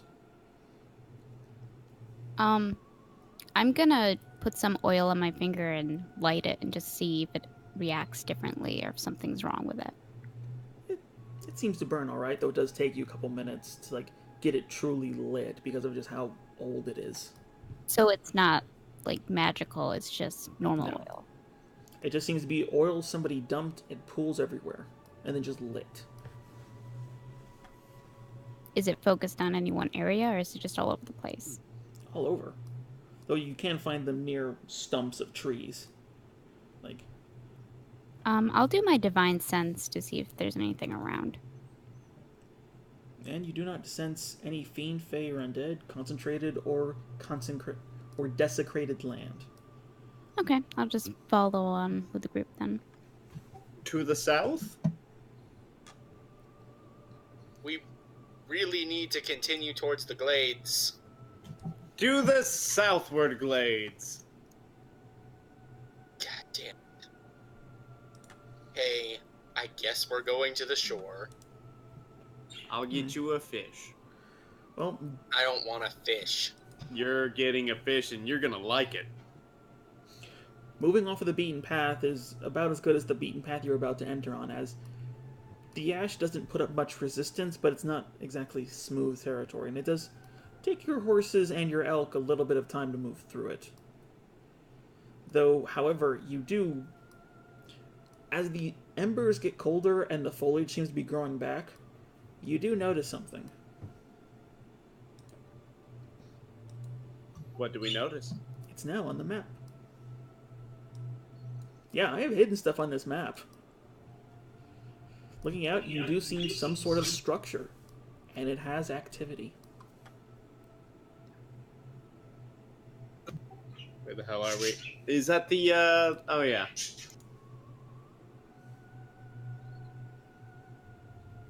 What's the structure? It looks to be a fort. Fort Frolic? A fortification. Judging from the smoke trails, it does seem to have more than a few dozen people inside. Does it look like they could launch a firestorm from it? No, but it does look like that the ash around here is the coldest, and the flowers here are the most pronounced. So it's safe to assume this place burned first. And it stops right along the shoreline where this fortress has been built. Does this fortress look like it's occupied by military forces? Specifically? I mean, I know it's a fortress, but... It does look recently occupied, and it does look like trees have been ripped up and just planted in to put up, like, barricades. Okay. It's possible that they burned this part of the forest so that they could see any enemy forces coming. That is a possible idea. As you can see now, this rocky outcropping can see for miles. Does it look friendly? Does it have any friendly banners? No banners, couple smokes. It does look a little hodgepodge like other ones you've seen. Like the stone is cut to work as opposed to cut to last.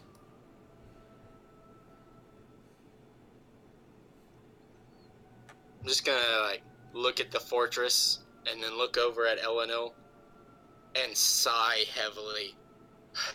Okay, we'll punish the people who burned the forest, but we're going to do it carefully. We're not just I was gonna going to charge do it with or without you. Okay, whether or not you succeed may be dictated whether or not you have our help. I could throw a fireball at it. True. By the way, who here is proficient in nature? Me? Is that it? I know I've our got maxes. survival under my belt. Nope, this would. I got +1 to nature, that's it. Yeah, this is purely if you're proficient in it. Nope. Right. Nope. If you're proficient in nature, roll it. My nature check says that building is unnatural and did not come from the mountain. Eleanor, you're still looking at just the devastation that happened on the land, and you do notice that the ash here would is really good fertilizer. You can see different sort of plants growing here and there. You know, small little onions, like little bulbs of tomatoes. Like the one thing you do see popping up as the closer you get to the fortress itself, you can see these weird dark green and black sprouts that seem to be just twisting up into the air. They're about foot and a half tall, and if it wasn't for you were looking for them, you would just pass over them.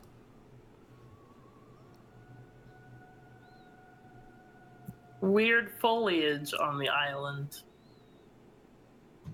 Does it look like the kind of foliage that turns into people?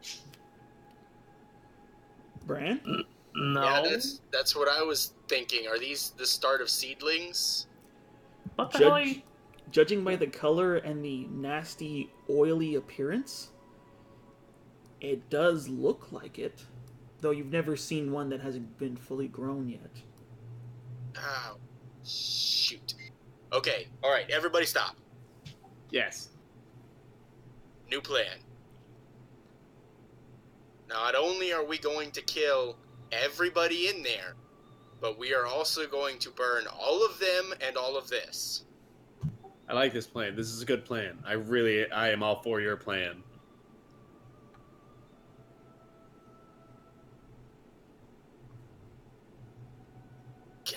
What made you change your mind?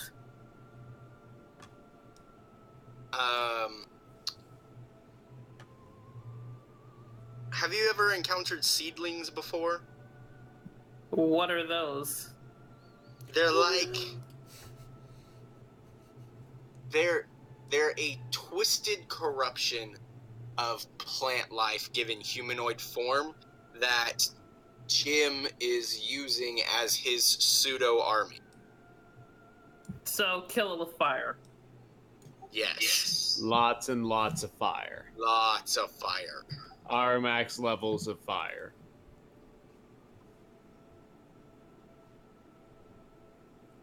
Still, we have to figure out how to get into that fortress, preferably unseen.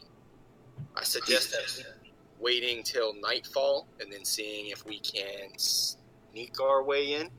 I mean, I could get over there easily, but I can't speak for everybody else. I mean, I can fly over there pretty easily.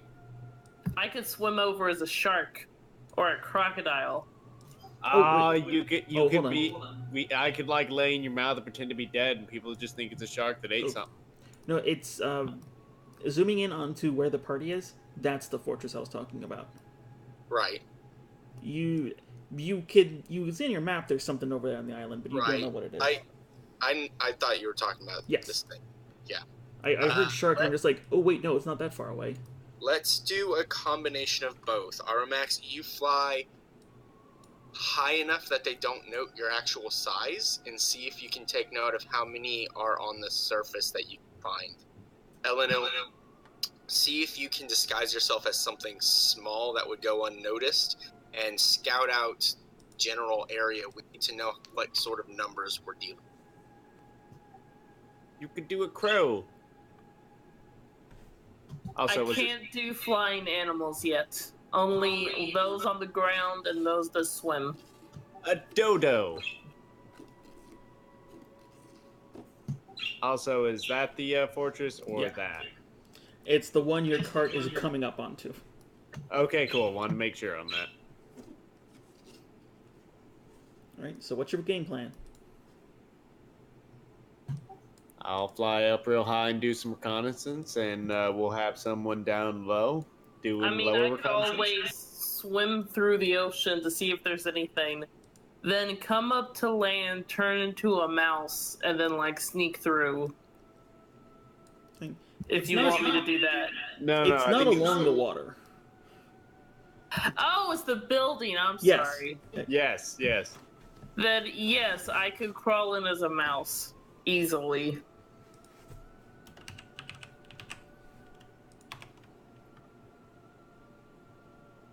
All right, let me try it.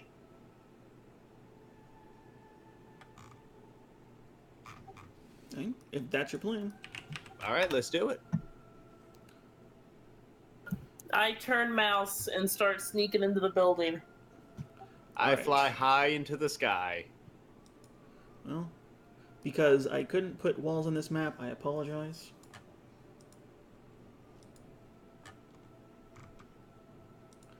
Alright, Armax, I need a stealth check from you. Oh, that's not Yeah. going to be pretty.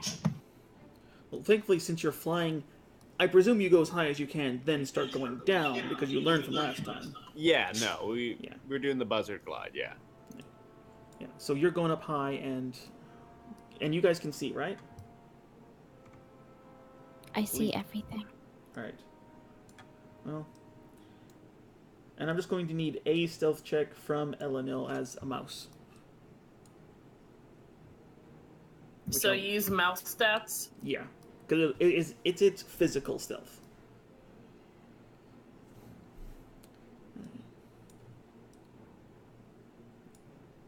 I think that's like just D20 plus 1, isn't it? Probably, but I'm gonna look real quick.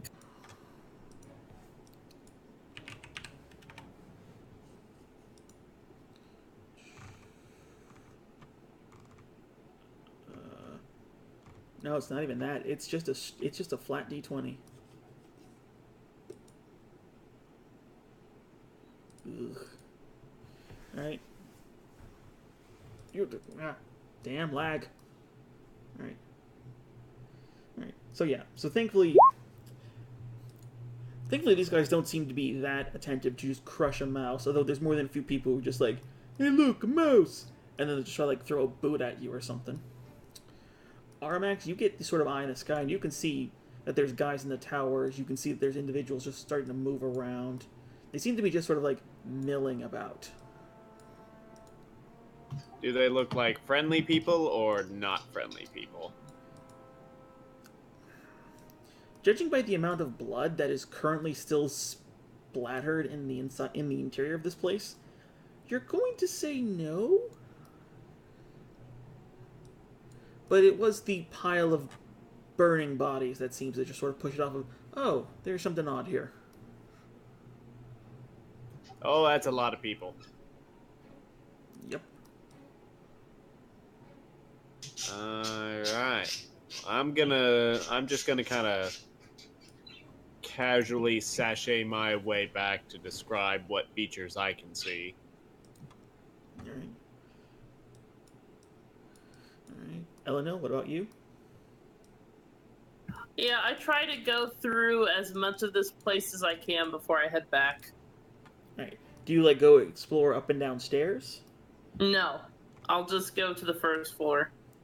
Alright. So you basically see most of what Armax can't. You can see inside of the buildings and whatnot. And yeah, there's just boatloads of people. And being around here, with the mouse's senses, you can smell. These things smell like that plant that Bran was upset about. Oh. And people shouldn't smell like plants. You can also see a disturbing lack of fresh water. There's water, but it seems to be scummy. Like, even what they're drinking out of cups seems to be just like this sort of swamp water. Ew. Yeah. And I'd say the only real thing you can notice is this individual, as he kind of is the most interesting looking. Which one was it again? What? This one. It's the ogre version of Cloudstrike. Ah. You can see him just sort of barking orders at people here and there. Okie dokie. Yeah. I mean, looking around, you do see a bunch of these individuals.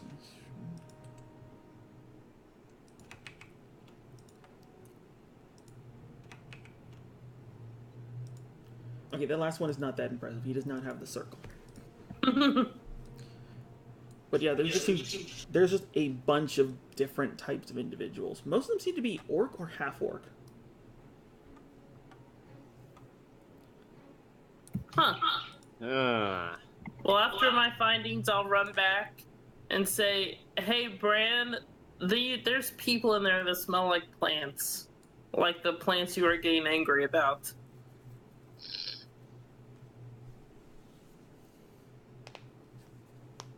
And there wasn't any fresh water. It looked like they were drinking swamp water, and it's mostly orcs and half orcs.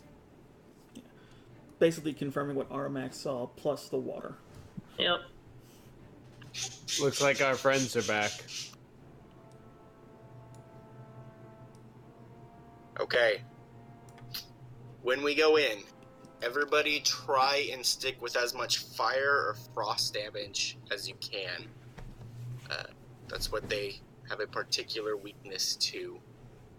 If you have any spells that draw away moisture, or you have any certain poisons that do so, that will also work well against them. If any of them are laying dead, or you believe they might be dead, do not trust it under any circumstances. Okay? Until it is burned to an unbelievably fine ash, do not trust that it's dead.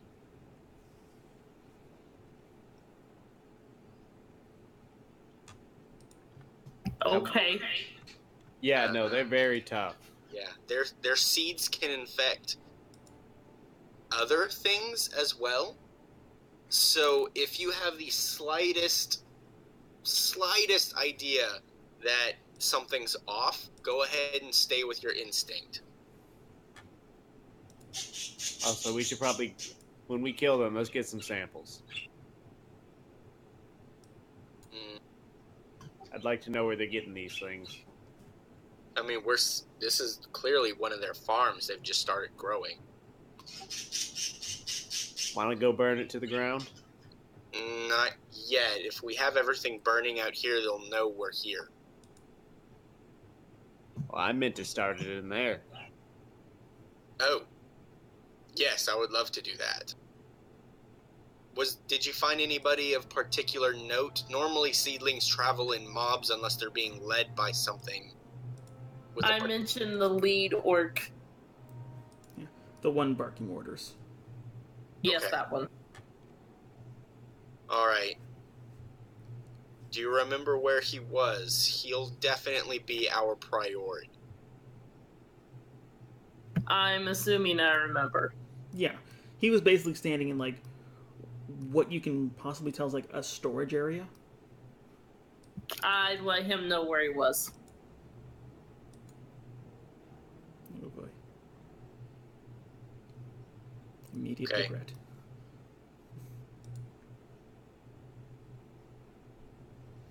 Alright, so what's your guys' game plan? Currently, the bottom of the screen is the sort of gate facing you guys. And it isn't closed, it's just barred.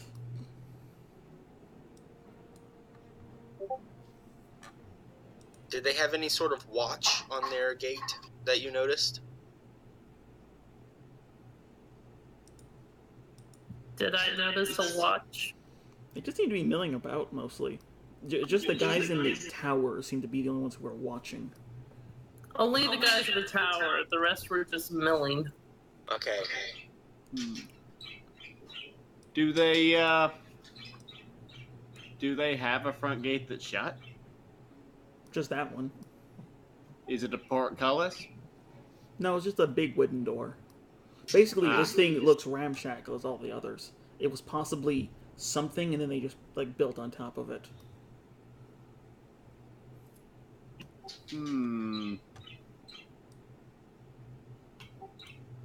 Let's see. We could always try to take one of the towers first. We Is the could. door...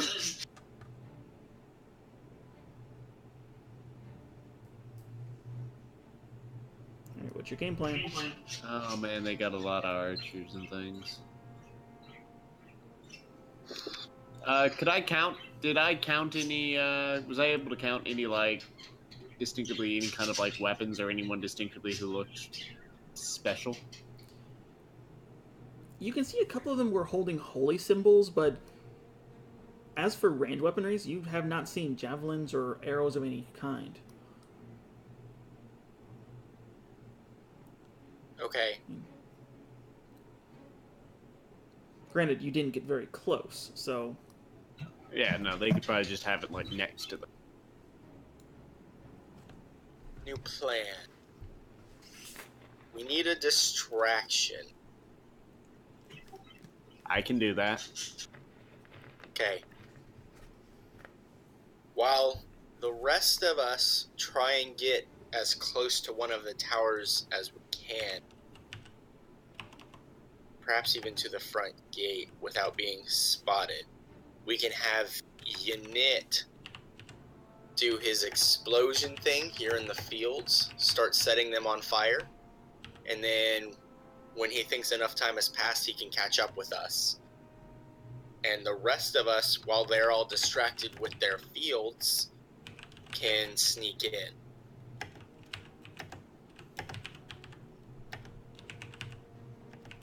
Sounds like a good idea. And she'll just kind of clank at her armor. I don't know about that. I'm not so much for the sneaking. Sorry. That's okay. That's Yanit's particularly good at very loud distractions.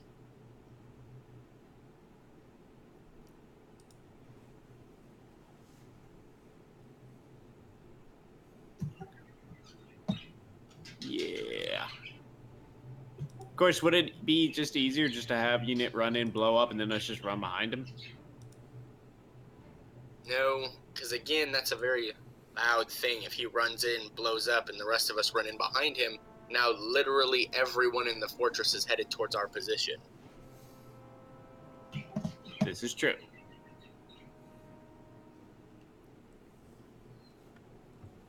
Let's see. Yeah, how about I could take what's your name as a mouse? Go in the opposite direction you guys ahead. Just make a big fuss, cause a big stir.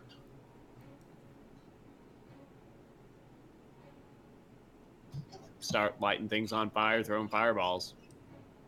Then we'll be on opposite ends of the fortress. You would be that way anyways if we cause a distraction.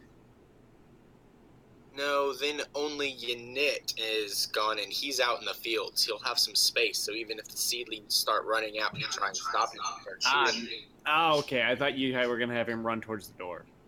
No, I mean out here in the fields where they're growing their seeds. Yeah, okay, yeah, sure. alright, so what's your plan? Okay, we are going to try it. Okay, so which way are the fields?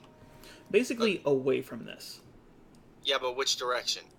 Okay, it's technically north downward, but it's down.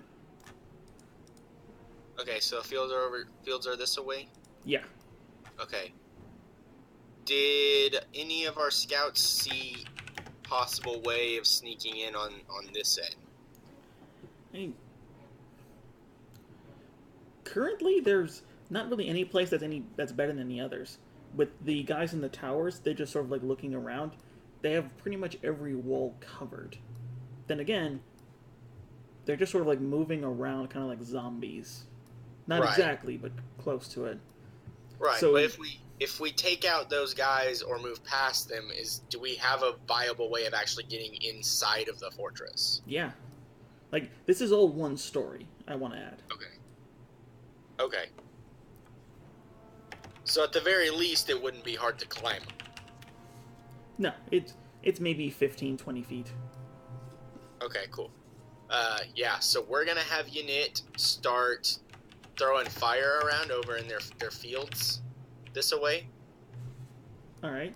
Causing a ruckus, and when we start seeing some commotion going on in the fortress, we're gonna try and get in from the opposite end.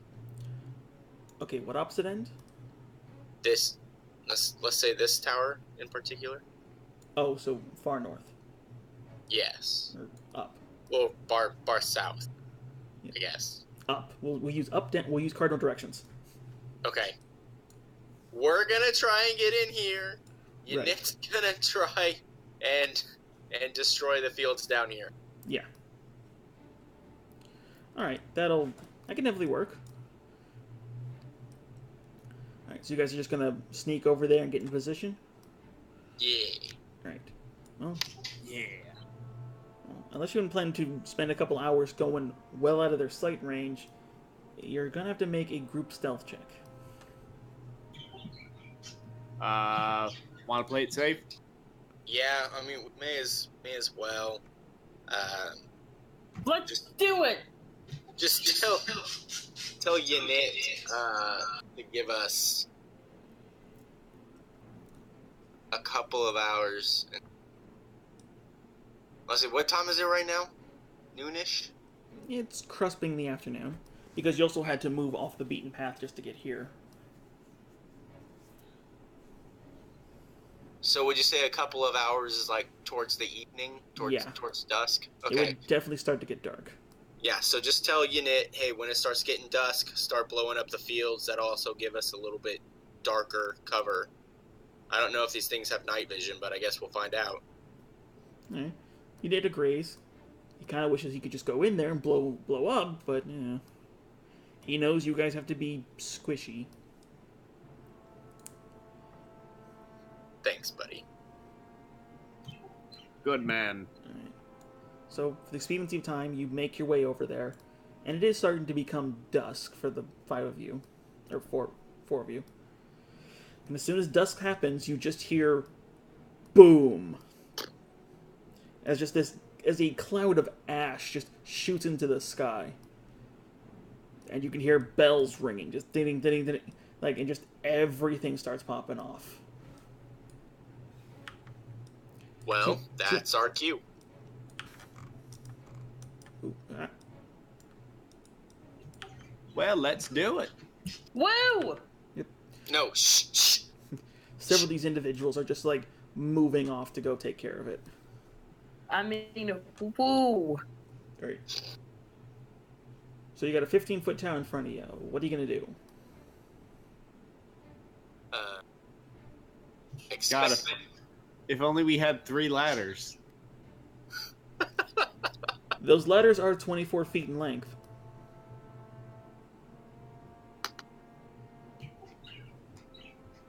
Let's see. Hey, we got rope. The ladders are 24 feet in length.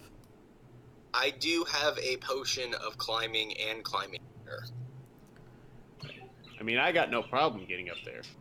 I mean, Oh, that's true. Yeah, you could. Well, I'd be worried about the guard. Do you think you can get up there and well, okay. So take Elena with you, and then one of you tie the rope off while the 2 of you try and take care of the guard. Iasia and I will climb up the rope. Sounds good to me. hey, yeah. Cool. Let's go. All right, so we're gonna fly up there and try to surprise the guard. All right. Yep.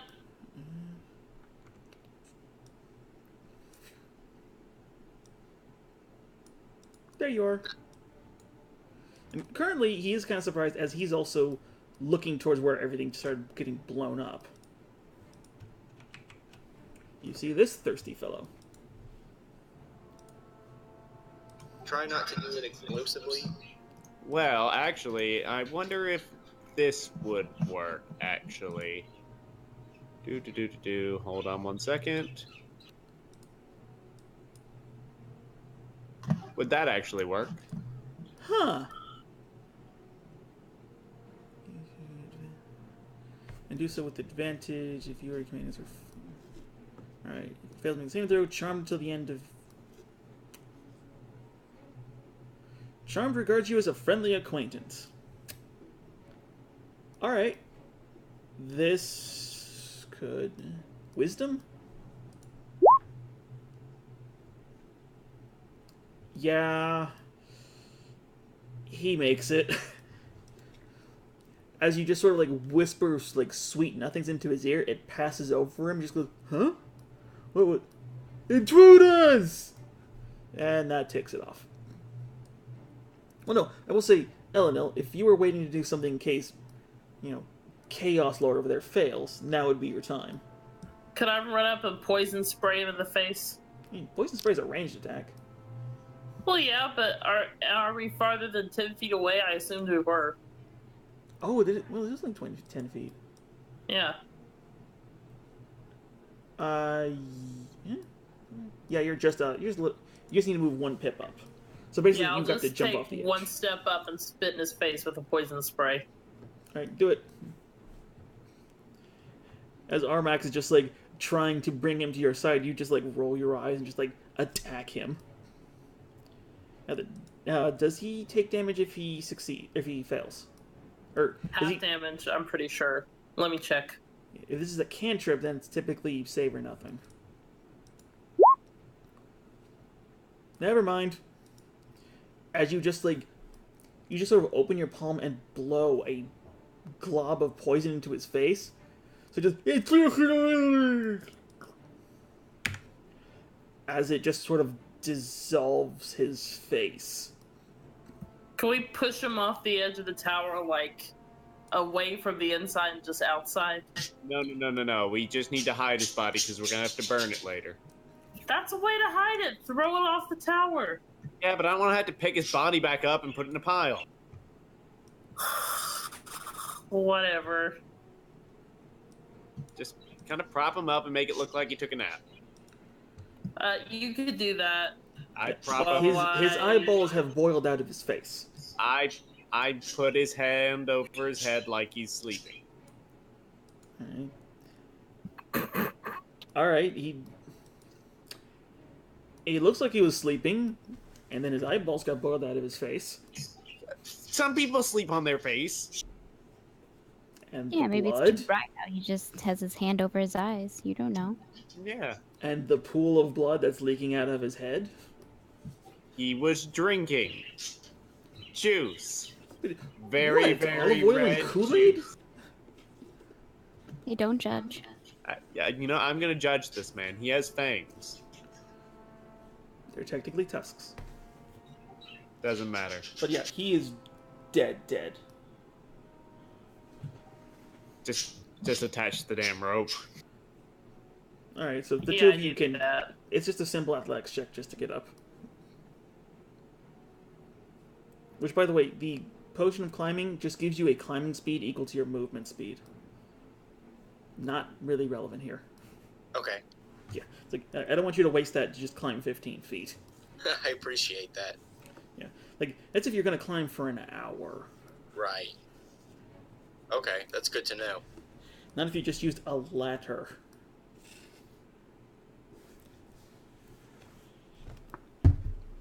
So yeah, athletics check just to get up, and the rest, and you two now have range of the tower. Anything useful in the tower? There's a pile of orc shit in the corner. Ew. Orc shit or orc stuff? You can smell the defecation.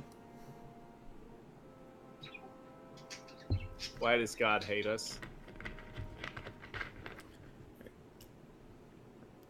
Elijah, hey, damn it! Now you got me doing it, Bran. Elijah, Bran. Like, they tied off the rope. You guys can come up. Yeah, let's do it. So, athletics. Could I druid craft like some flowers in the poop so maybe it'll smell better? Yes, actually, and it works surprisingly well. And I do that. Nerp. Oh no. My hair just lights the bottom of him fire and it snaps for me. That's what I'm picturing.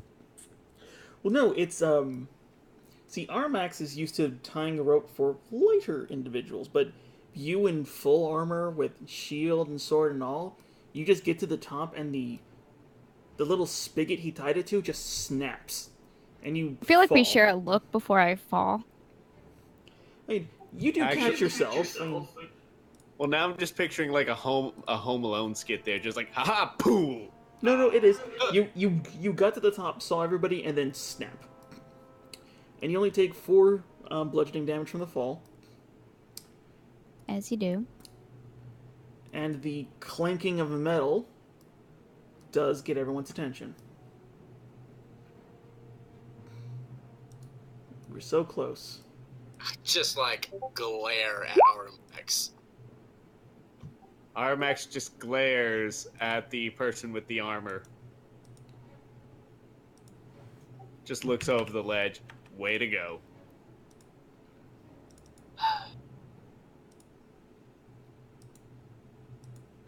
Alright, everyone get your initiatives in. Where are our tokens? Top left. It's top left, okay.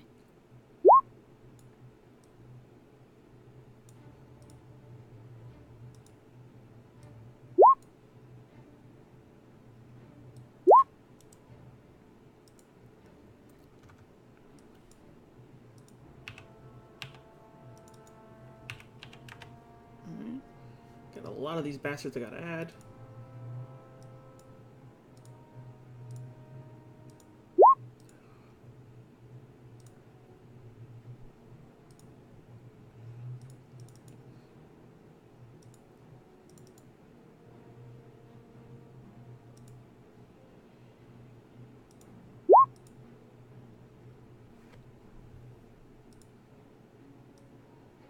Alright.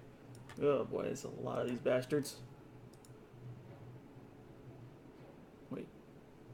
Well, we're gonna kill them. Alright. Alright, it's these guys' turn. Ooh, alright. Let's see. These guys do know. Well, hold on. Let me make a quick roll. Okay, yeah. This guy knows where to go. This guy knows where to go. These two are deaf as shit.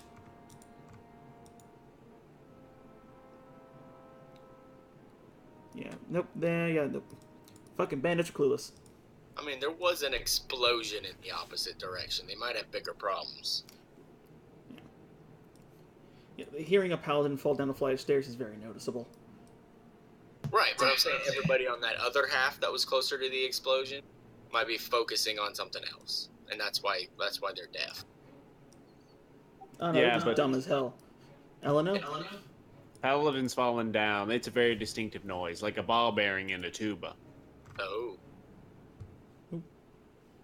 Do I see anyone heading our way, like up the tower steps?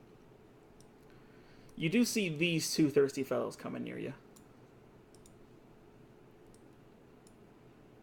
Because there's not really much steps, there's just down here through this room and out. Like, this is a one floor installation. Oh, okay, so I can't see in the room. Well, no, these aren't. Where you are isn't a room. It's just like a 3-foot high fence, or railing. The square ones are rooms. Yeah, but I mean, the first square room, I can't see into it. This one, no, because there's a wall in the way. Okay, well, I'm gonna run down. Right?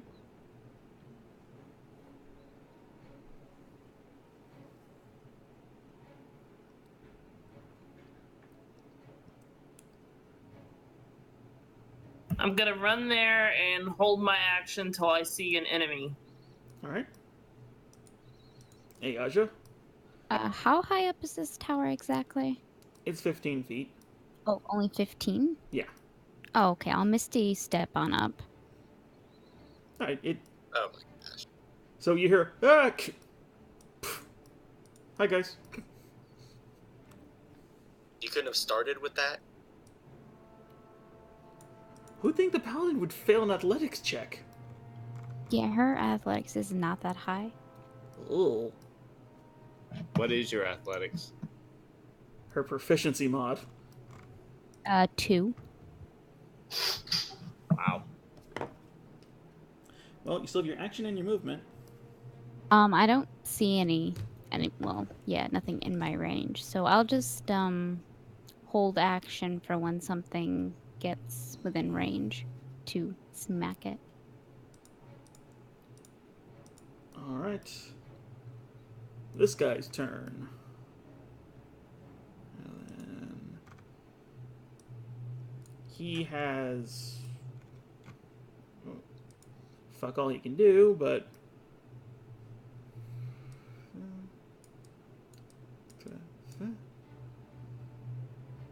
Yeah, that's all he can do. Really thought you guys would pick off more before you'd assault. Alright, Armax. Yes. The skies are yours. Alright. Basically, if you fly up, you can see everyone. Alright, well, I'd like to fly nice and high, but just in range to attack some things. Alright. Alright, and,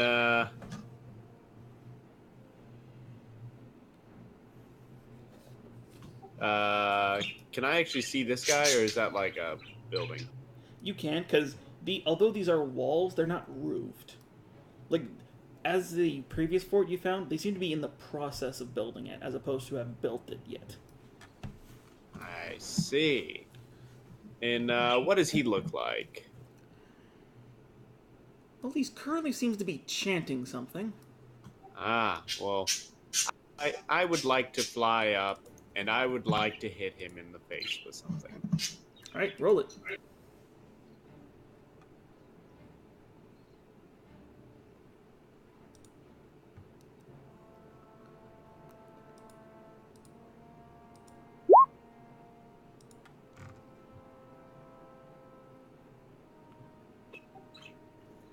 How does that help him? Alright, okay, first. I just gotta make sure to keep a track of these things. Also, him? Him? Okay, you know the opening to, RoboCop? Yeah? Yeah, you RoboCopped him. Just a series of bullets just break his bones and just leave him in a pile. Guys, I've learned something amazing. Apparently, if you hit them, they turn into giblets. It's almost scary. Also, I think that guy's name was Murphy. Alright, bonus action.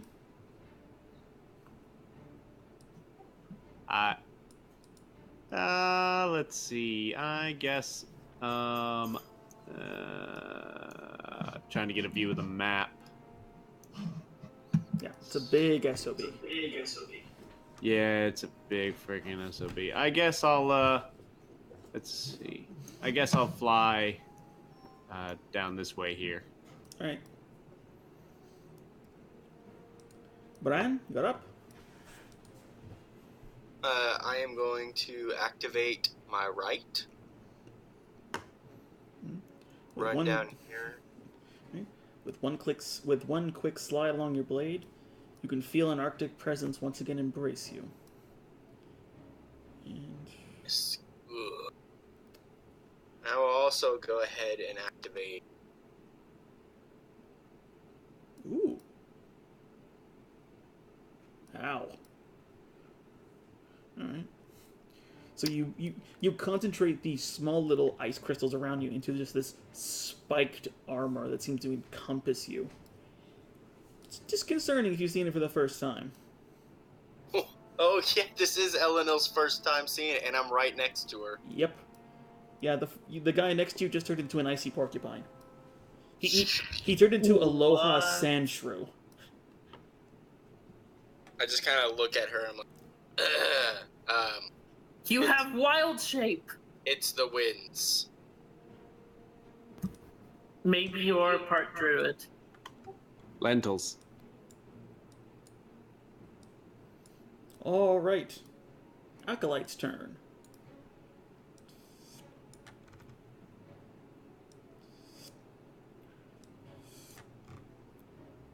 And I'm pretty sure you killed all of them, so they can't do anything.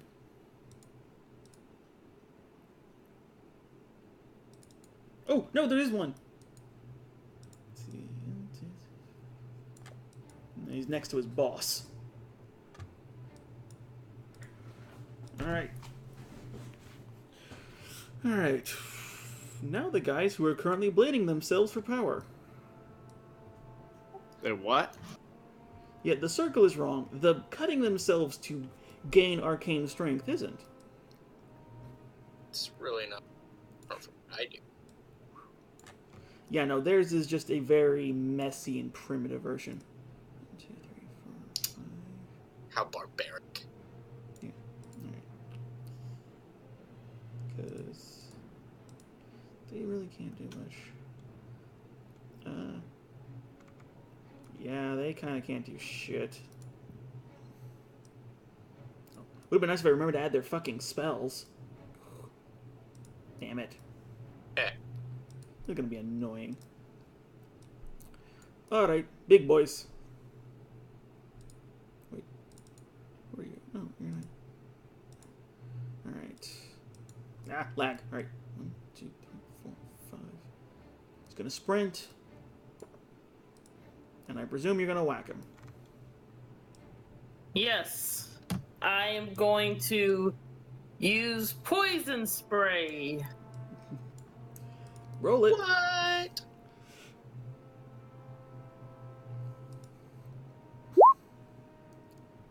Oh, he might actually. And it's a con save? Yes. Alright. He. Unfortunately, his con is not great. However, dousing him in the poison does not seem to have as much of an effect as it did his other poorly departed counterpart.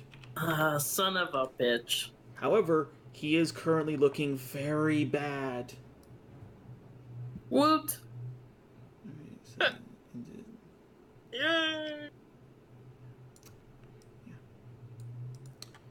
and because you guys are slow as shit, they can't do much. Which means it's their turn. Elenil?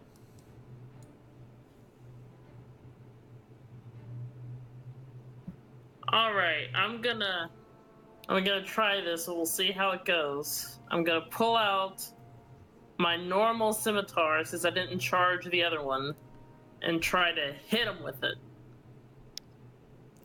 Well, the charge only lasts for 24 hours, so it's basically something you do during combat anyway. Well, I'm not pulling it out yet. I'm just using the normal one. Alright. Swing!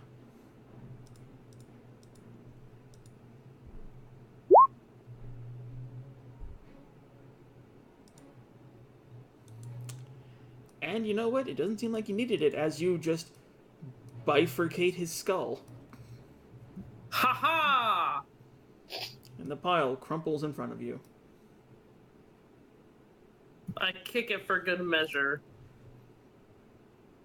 It makes a satisfying gurgling sound. Awesome. And then I'm gonna sit here and let Bran go in first, so I'm done. Hey, Aja, Yep. you're up.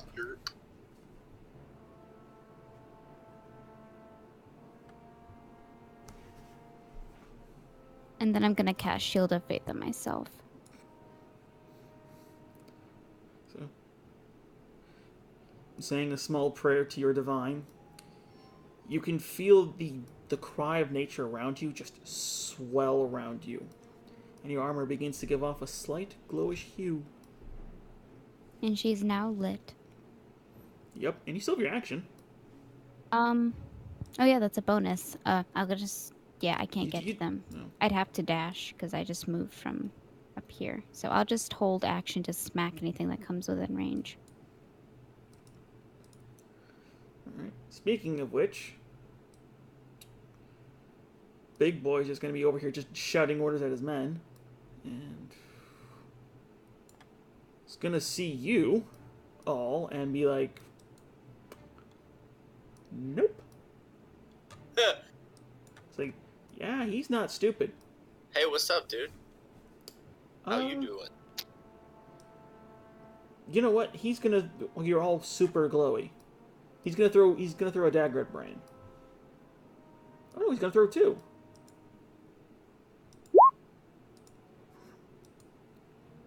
I know at least one of those hits. Yep, sure does. He just pulls these two very crude, thin daggers and just like hurls them at you. One of them just like plings off the background. The other one gets you in the shin. It That's hurts. my shin, dude. Ow. Low blow. Heh. And that's his everything. Automax.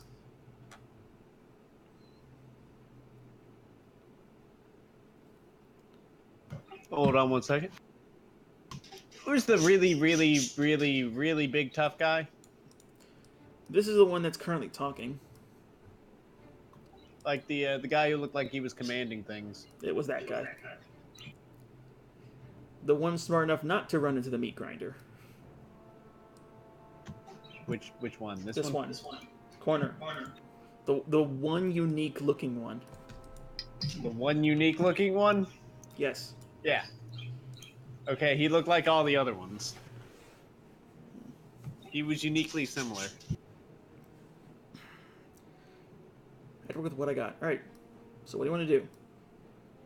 I'm actually going to go for him. Hold on one second. Is somebody telling somebody not to do something? Nothing. Alright, so... Yep, with another flutter of arcane missiles, you really hurt this guy, but he's still standing. Each of the puncture wounds just seems to be another scar to add to his collection. Is that it? I insult his mother. Bran? Well, that young man over there just threw a dagger at my shin, and I don't appreciate it. I don't think he appreciates you burning his crops. He worked hard on those. I didn't burn his crops. You say as another plume of smoke comes off the front as Unit killed somebody else.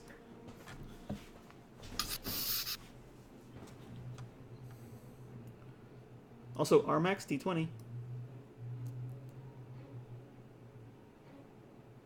Because you keep forgetting wild magic. Is there a way to like Yes! just add a d20 to the spell? Oh, if you make the secondary damage type a one D20, that'll do it. Cool, I might actually do that. All right, what level was your spell? 3rd.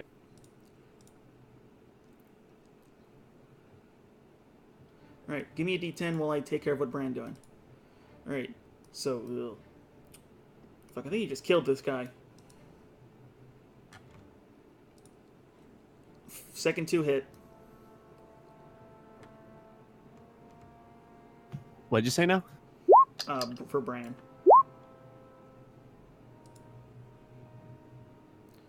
Oh, add that together. Okay. Wow, it even became the one that I thought you were going to do. Armax? Yes. As soon as you cast the spell, you can feel a cut on your hand. And then you outturn it to then just see gushes of blood just fill the area near you. What? Doesn't hurt, but now there's a giant pile of blood beneath you. Not that impressive. Maybe I should go to the doctor. Alright, okay. What was the damage? 26. Hooray, he's alive! Well, screw that guy. Alright. I presume that's your turn? It is, correct? Alright, now it's... Oh, for fuck's sake. Yeah. And... Oh, haul your slow asses! Fucking hell. You're just gonna depopulate the area before he even gets a chance to do anything. What if this guy can do something? Oh, and of course he does not have his shit together either. Of course not. Fucker. That'd be absurd. Alright, I'm gonna do this manually.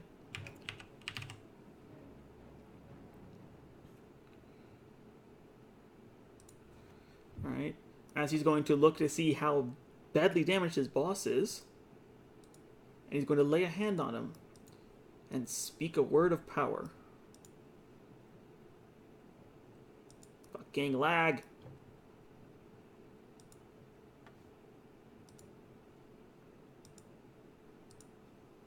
And heals him for 1 hit point.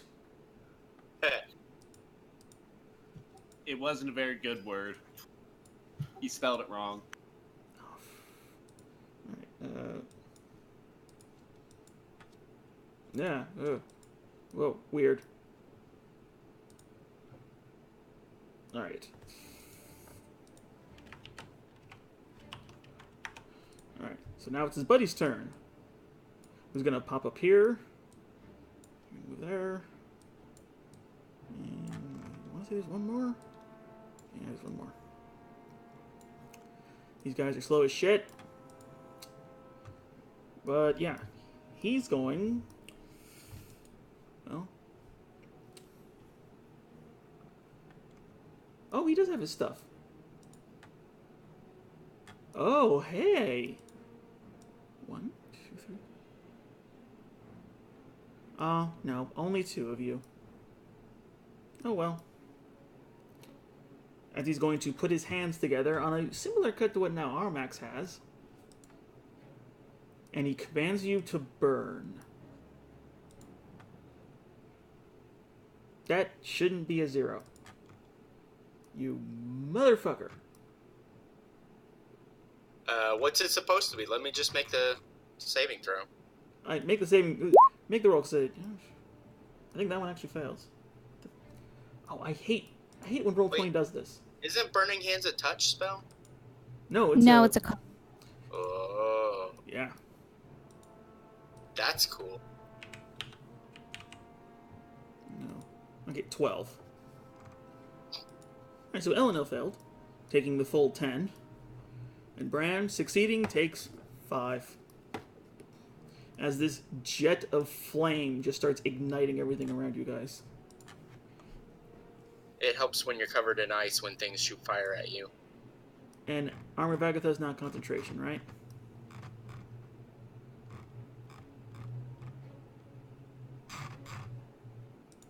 Right?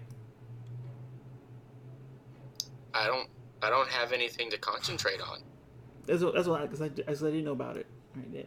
Yeah, I haven't hexed anything yet.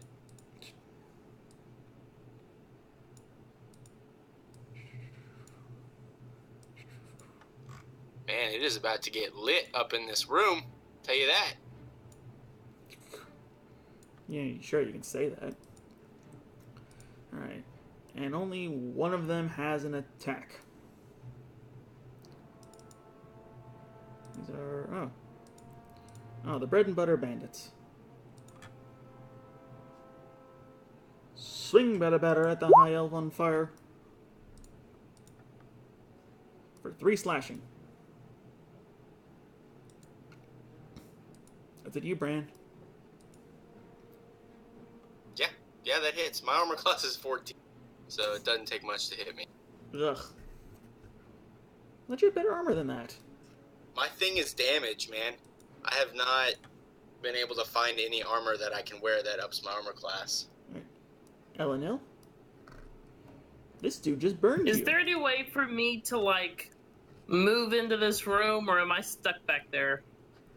Unfortunately, with the burning corpse in the doorway and then Bran surrounded by 3 guys, there really is no way through without just knocking people over, and even then, there's a lot of man meat in the way.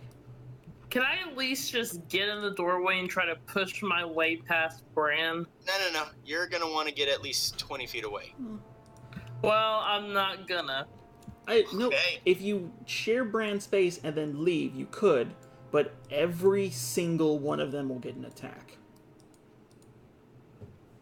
Let me read over one thing real quick. Like it will hurt.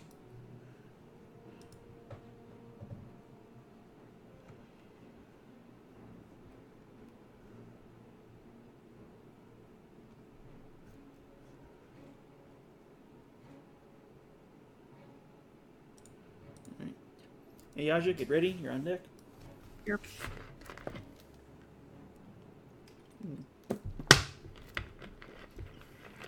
Didn't expect this map to be that much of an impact.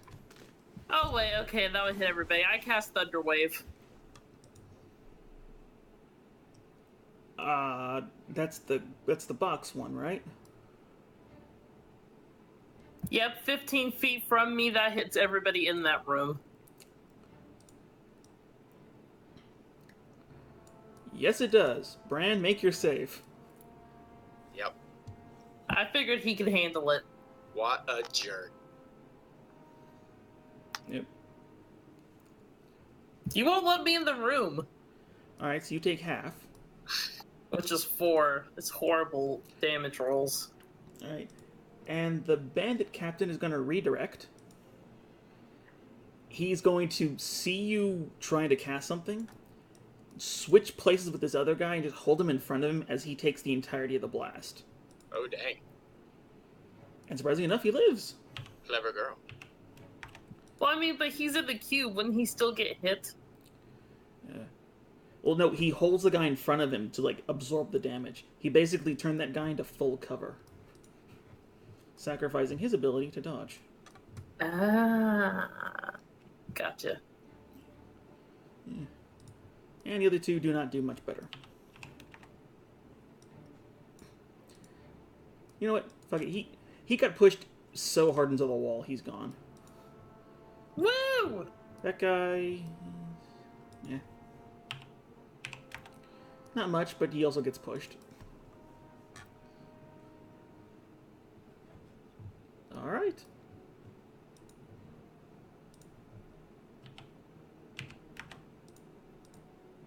And I'm good. Alrighty then. Eyaja, the room is clear, sort of. Kind of. Is this bit higher or lower than where I am right now? It's roughly on par. It's basically just like you gotta jump over a small fence. Yeah, I'm gonna jump over the small fence. Alright, I'll say for the purposes of this, it counts as difficult terrain.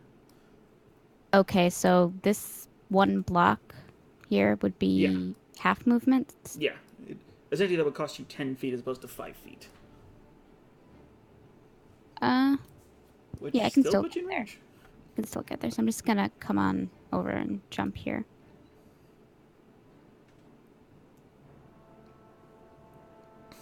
So you just like Tony Hawk, just like jump over the. Or no, be Dukes of Hazzard. Slide over a half finished building and just stab him in the gut. Yep, eyes are glowing. Yeah, net it definitely hits. Not. He's still looking okay. So I feel like I should have put magic into that, or I think you could, like, it was a definite hit. but did I feel like it didn't hit as hard as it should No, have? no, it felt as hard as it should. It's just like, because of how cool your flip was, you just like nicked him slightly. Yeah, that works for me. Second attack? I hit twice, right? Oh, Or is it not sorry, showing? that was lag. My apologies. You did just nick him, and then you just took his head off. As these guys are not very formed to very well. Yeah, he just crumbles into an oily pile. As you do. Anything else? No, I'll just hang out. Capitan? Capitan is not looking very good.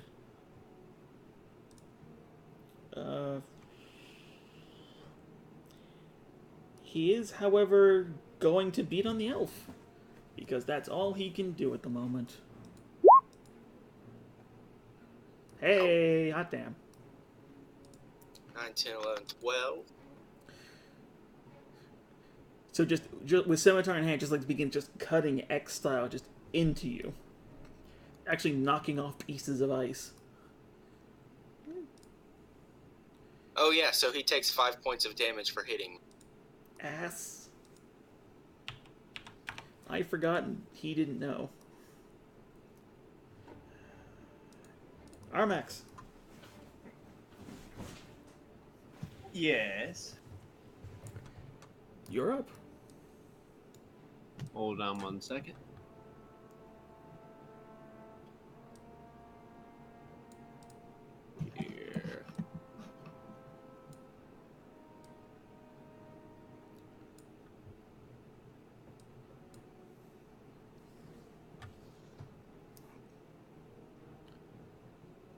What are you planning?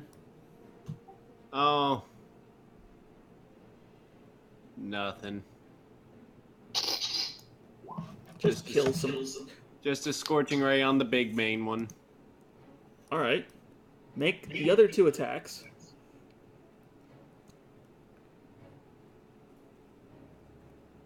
Okay. You don't have 4th level spells yet, right? No. Okay, so it's just the That- first 3. Yeah, the first thing, yeah. And your d20 roll. But of course.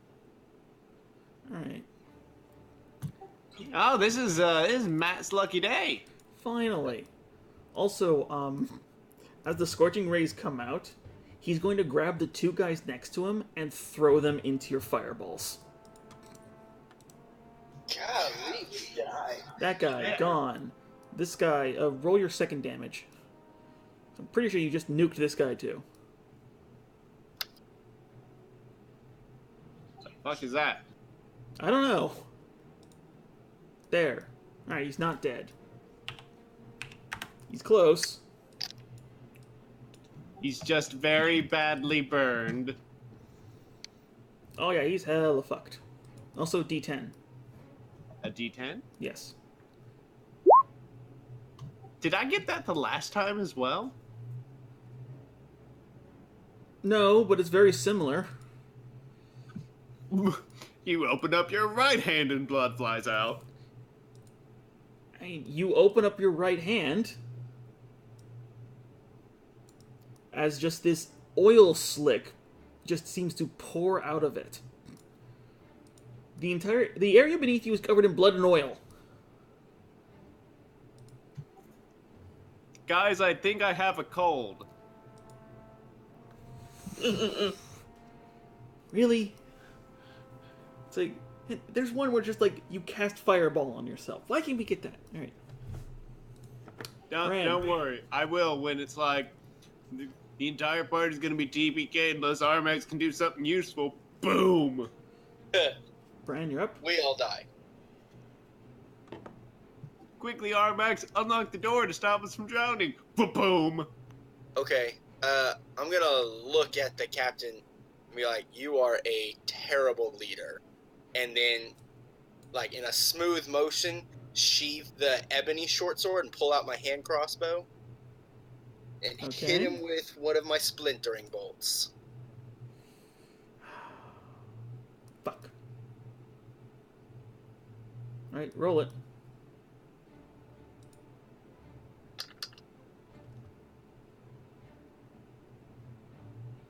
All right. He's going. I mean, because he gets to keep doing this. Well, no, this is the bolt that the reason I'm doing this. It's the bolt that has the splintering arrowhead. Oh yeah, which no, has no. got the 5-foot AOE. Yes, and he once again has somebody else take the hit for him as he holds him up as a human shield. Granted, you do kill the guys next to him, leaving him with no one around. And he's just standing there. Oh, but now he's in melee range? Yeah, because he has lots to trade places with the guy he trades with. Well, then I guess I can hit him too. This guy's entire gimmick is to just survive. Right, roll How's the that damage. going? He's still alive. He's still alive. 26. 15. He's looking pretty rough. Yes. Alright. Acolytes. You chunky ass bastards.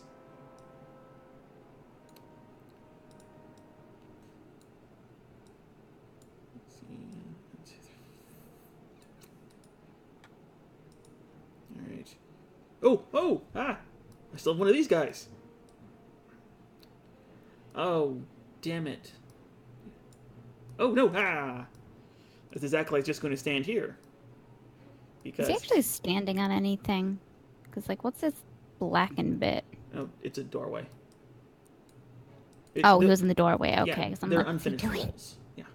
No, no, no. That is completely fair. This guy also hasn't done anything yet, so he's gonna. I know this is the apprentice. Gotta remember.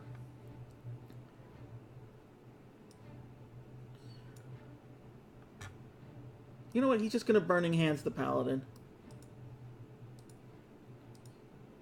Just point blanking you with Okay, fire. so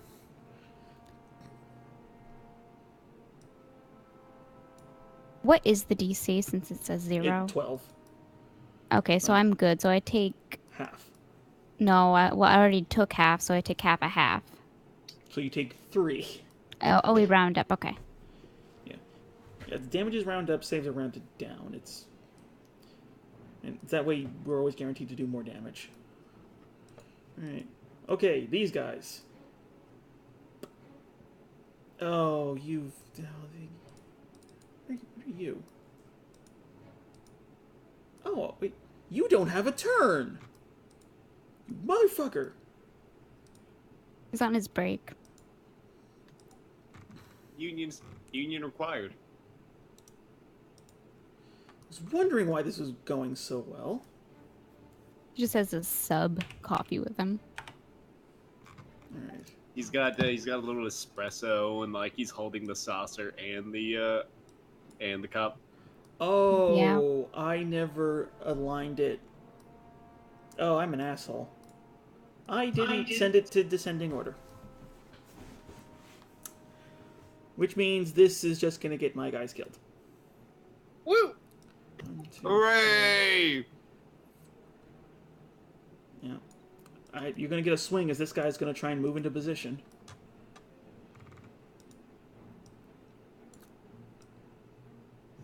Every single one of these is just doing the I'm Spartacus in the worst possible results. Not wrong. Alright. So you want to swing at the guy running past? Iyaja? Oh, he went past me? Yeah. He essentially went through the doorway to be next to his boss. Oh, okay. Yeah. I'll take a swing at him. Nope. Nope. He's just too wily. It's like he goes low when you go high. Also, Bran, remember to mark down how many you've killed. Yeah, I'm keeping track. Oh, killed with a blade, I should say. Right. Alright. But don't worry, Aja. It's your turn. And you can see a lot of juicy targets. Like this guy down here who can heal his boss. So I assume he's some kind of cleric, yeah? You would probably use the word acolyte first. I mean, would I? It's like, he's getting there, but he's not necessarily a cleric. Okay, I'm gonna go toward him and I'll just ignore... Yeah, I'll do attack of opportunity, so... Roll.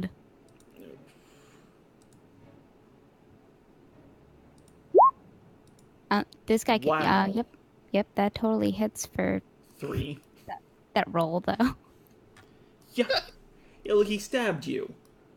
Just, meh. Alright. But yeah, do you see that guy right in front of you? And if he had brains, he'd be quaking in his boots. How's he looking? He wasn't hit yet, or Oh, he was looks he? fine. I assume that misses. That is a hit. Oh, okay. And then on the second one, I'll do a first level smite. You don't need it. Oh, he's already dead. Yeah, you essentially remove an arm with the first strike, and before he has time to sort of grab for his pieces, you just executioner the head off. Or from where the arm was, do kind of like a jagged, take half the other arm too. Yeah, it's you Monty Python him. And you can't see in the courtyard a whole bunch of more people coming your way. Elenil? Can I get into the room yet, or is he still standing in the way? No, you can get in, but Okay. Unfortunately, you're going to take 2 opportunity attacks.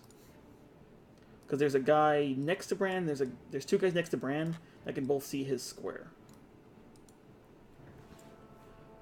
Hmm. Yeah.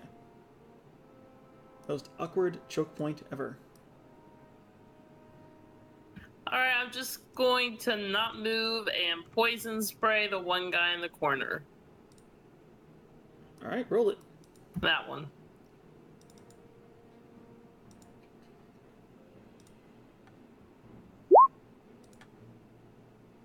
Ugh. That's a con save. Nope. Nope. Hella nope. Again, Raid of the Lost Ark, you just melt his face off. Ha ha! The last thing that went through his mind was a blob of acid. Awesome. And I'll just stand behind Bran and that's it. Alright, this guy's turn.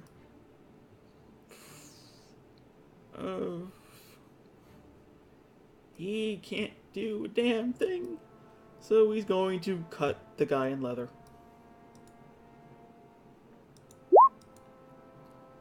Effectively. Yeah. Damn. A 14? Yep. So another guy who's really good at doing the spinning whirlwind of cutting thing. They seem to be your favorite thing to fight. How do I keep finding these people? Alright. Oh, and lazy ass. 1, 2, 3, 4, 6.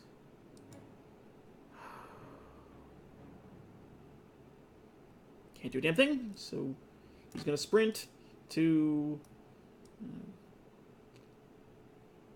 Yeah. Ah, you piece of shit. Bran, you're up. Want to finally kill this guy?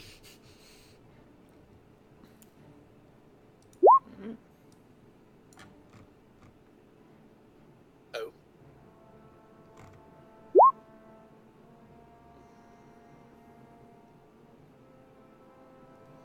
Technically, his redirect still works on a crit, but I'm gonna honor the 20 and say you hit with that one. The other two missed horribly. Probably won't. Alright. Wait, he has that much health? Fuck me being a good GM. How dare you reward players with victory in a game that's all about success and feeling awesome? You're the worst. Like, with as little effort as possible, you cut him down the middle. You split armor and bone. And Elenil, you can see why these guys are hesitant or weirded out by these things, as their innards are just black and green ichor. That it seems to be oily to the touch and seems to just ooze into a pile. There's organs in there, gross. but they're wrong. Ew. It's Lovecraftian meets Home Depot's home garden section. Alright, that's only your first attack. Like, Bran? Yeah, I don't have any fire to make sure he stays dead. I suppose stepping past him, can I attack these guys? I mean, I made my other two attacks. That's what I was about to say. Like, you can just keep going. Okay. Let's see. I Dead guess Wizard. And you can move forward again.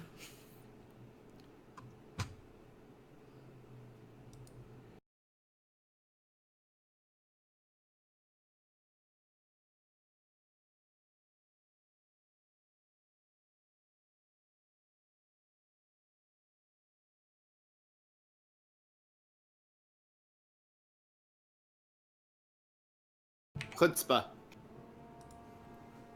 Oh, okay. Yeah, I'm pissed I forgot about him.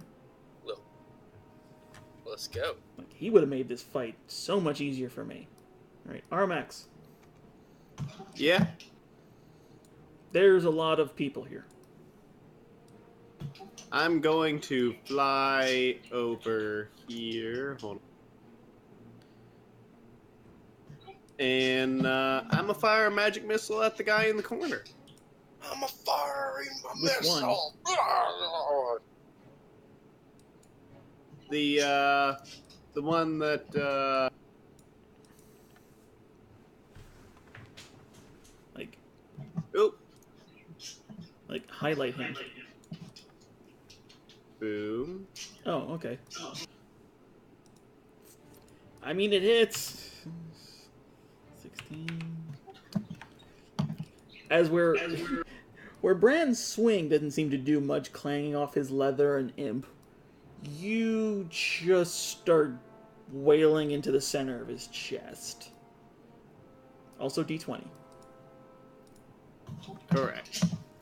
And then bonus action or movement, or just bonus action, I guess. Yeah, no, I think I'm good on that part. Well, actually, no wait. I can use spell points as a bonus action, right? Yeah, you can convert some sorcery points into spells.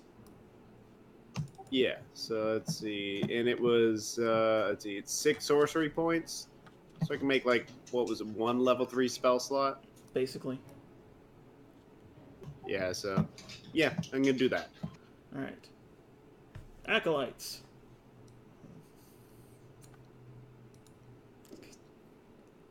Yeah, you're basically cleaning this up at this point.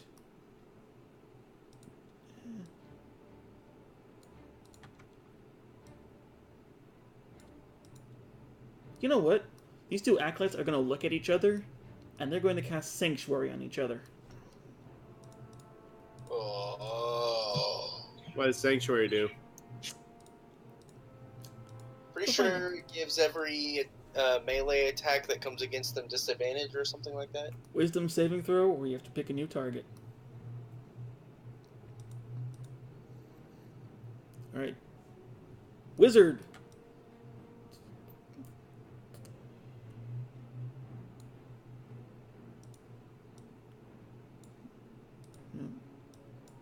Alright. I'm sorry to do this, but hey, at least you're geared for it. As the paladin once again becomes the victim of burning hands. She just kind of gives them a look because she's already partially on fire, and she's kind of like raises her hands like, "What the fuck?" They're not really smart. Like, So Yeah, that would be down to 6. No, down to 5. Then down to 3. 3. I'm pretty sure I'd be doing more damage to you if I was using like thumbtacks. Probably. Bandit. 1, 2, 3. Lag.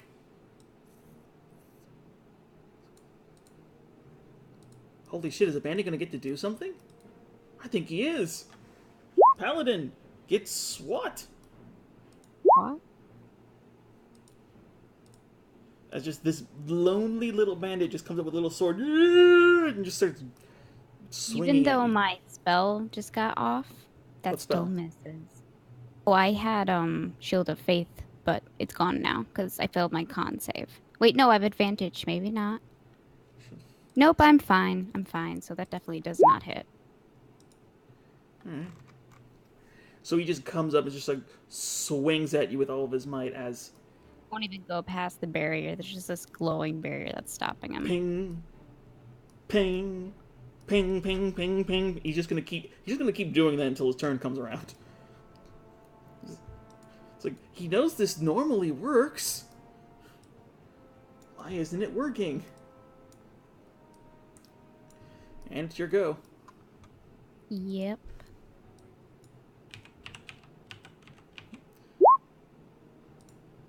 I assume the second one misses. Yes. Cool. And I'm just gonna move over here. I'm staying in his range, but I'm getting within this one's range too. Oh. I was actually gonna say, you kinda murderized him. I what? As he kept wailing onto your Mystic Shield, you just sighed, grabbed the blade he was using to slam onto your shield, and just drive the blunt end into his head. Just to end that really annoying sound. Oh, hold on. That's a thing.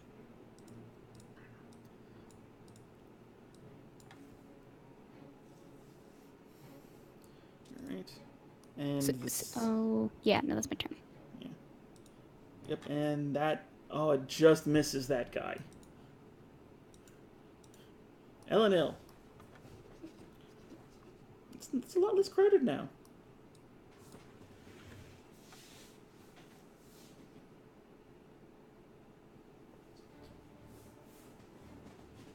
Dancer?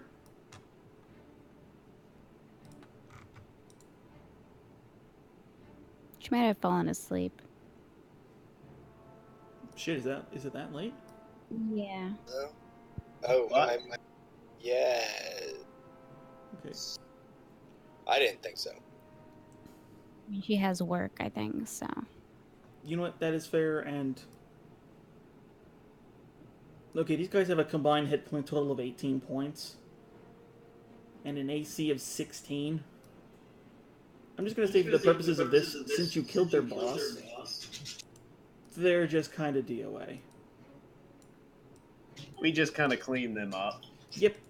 Make sure to burn all the bodies. Constant fire. Oh yeah, no, I cast a fireball and they all die. Well, I was going to say before you do that, Bran, you do notice something. Oh. These are very small numbers, but they're still attacking. They're still operating with some sort of intelligence.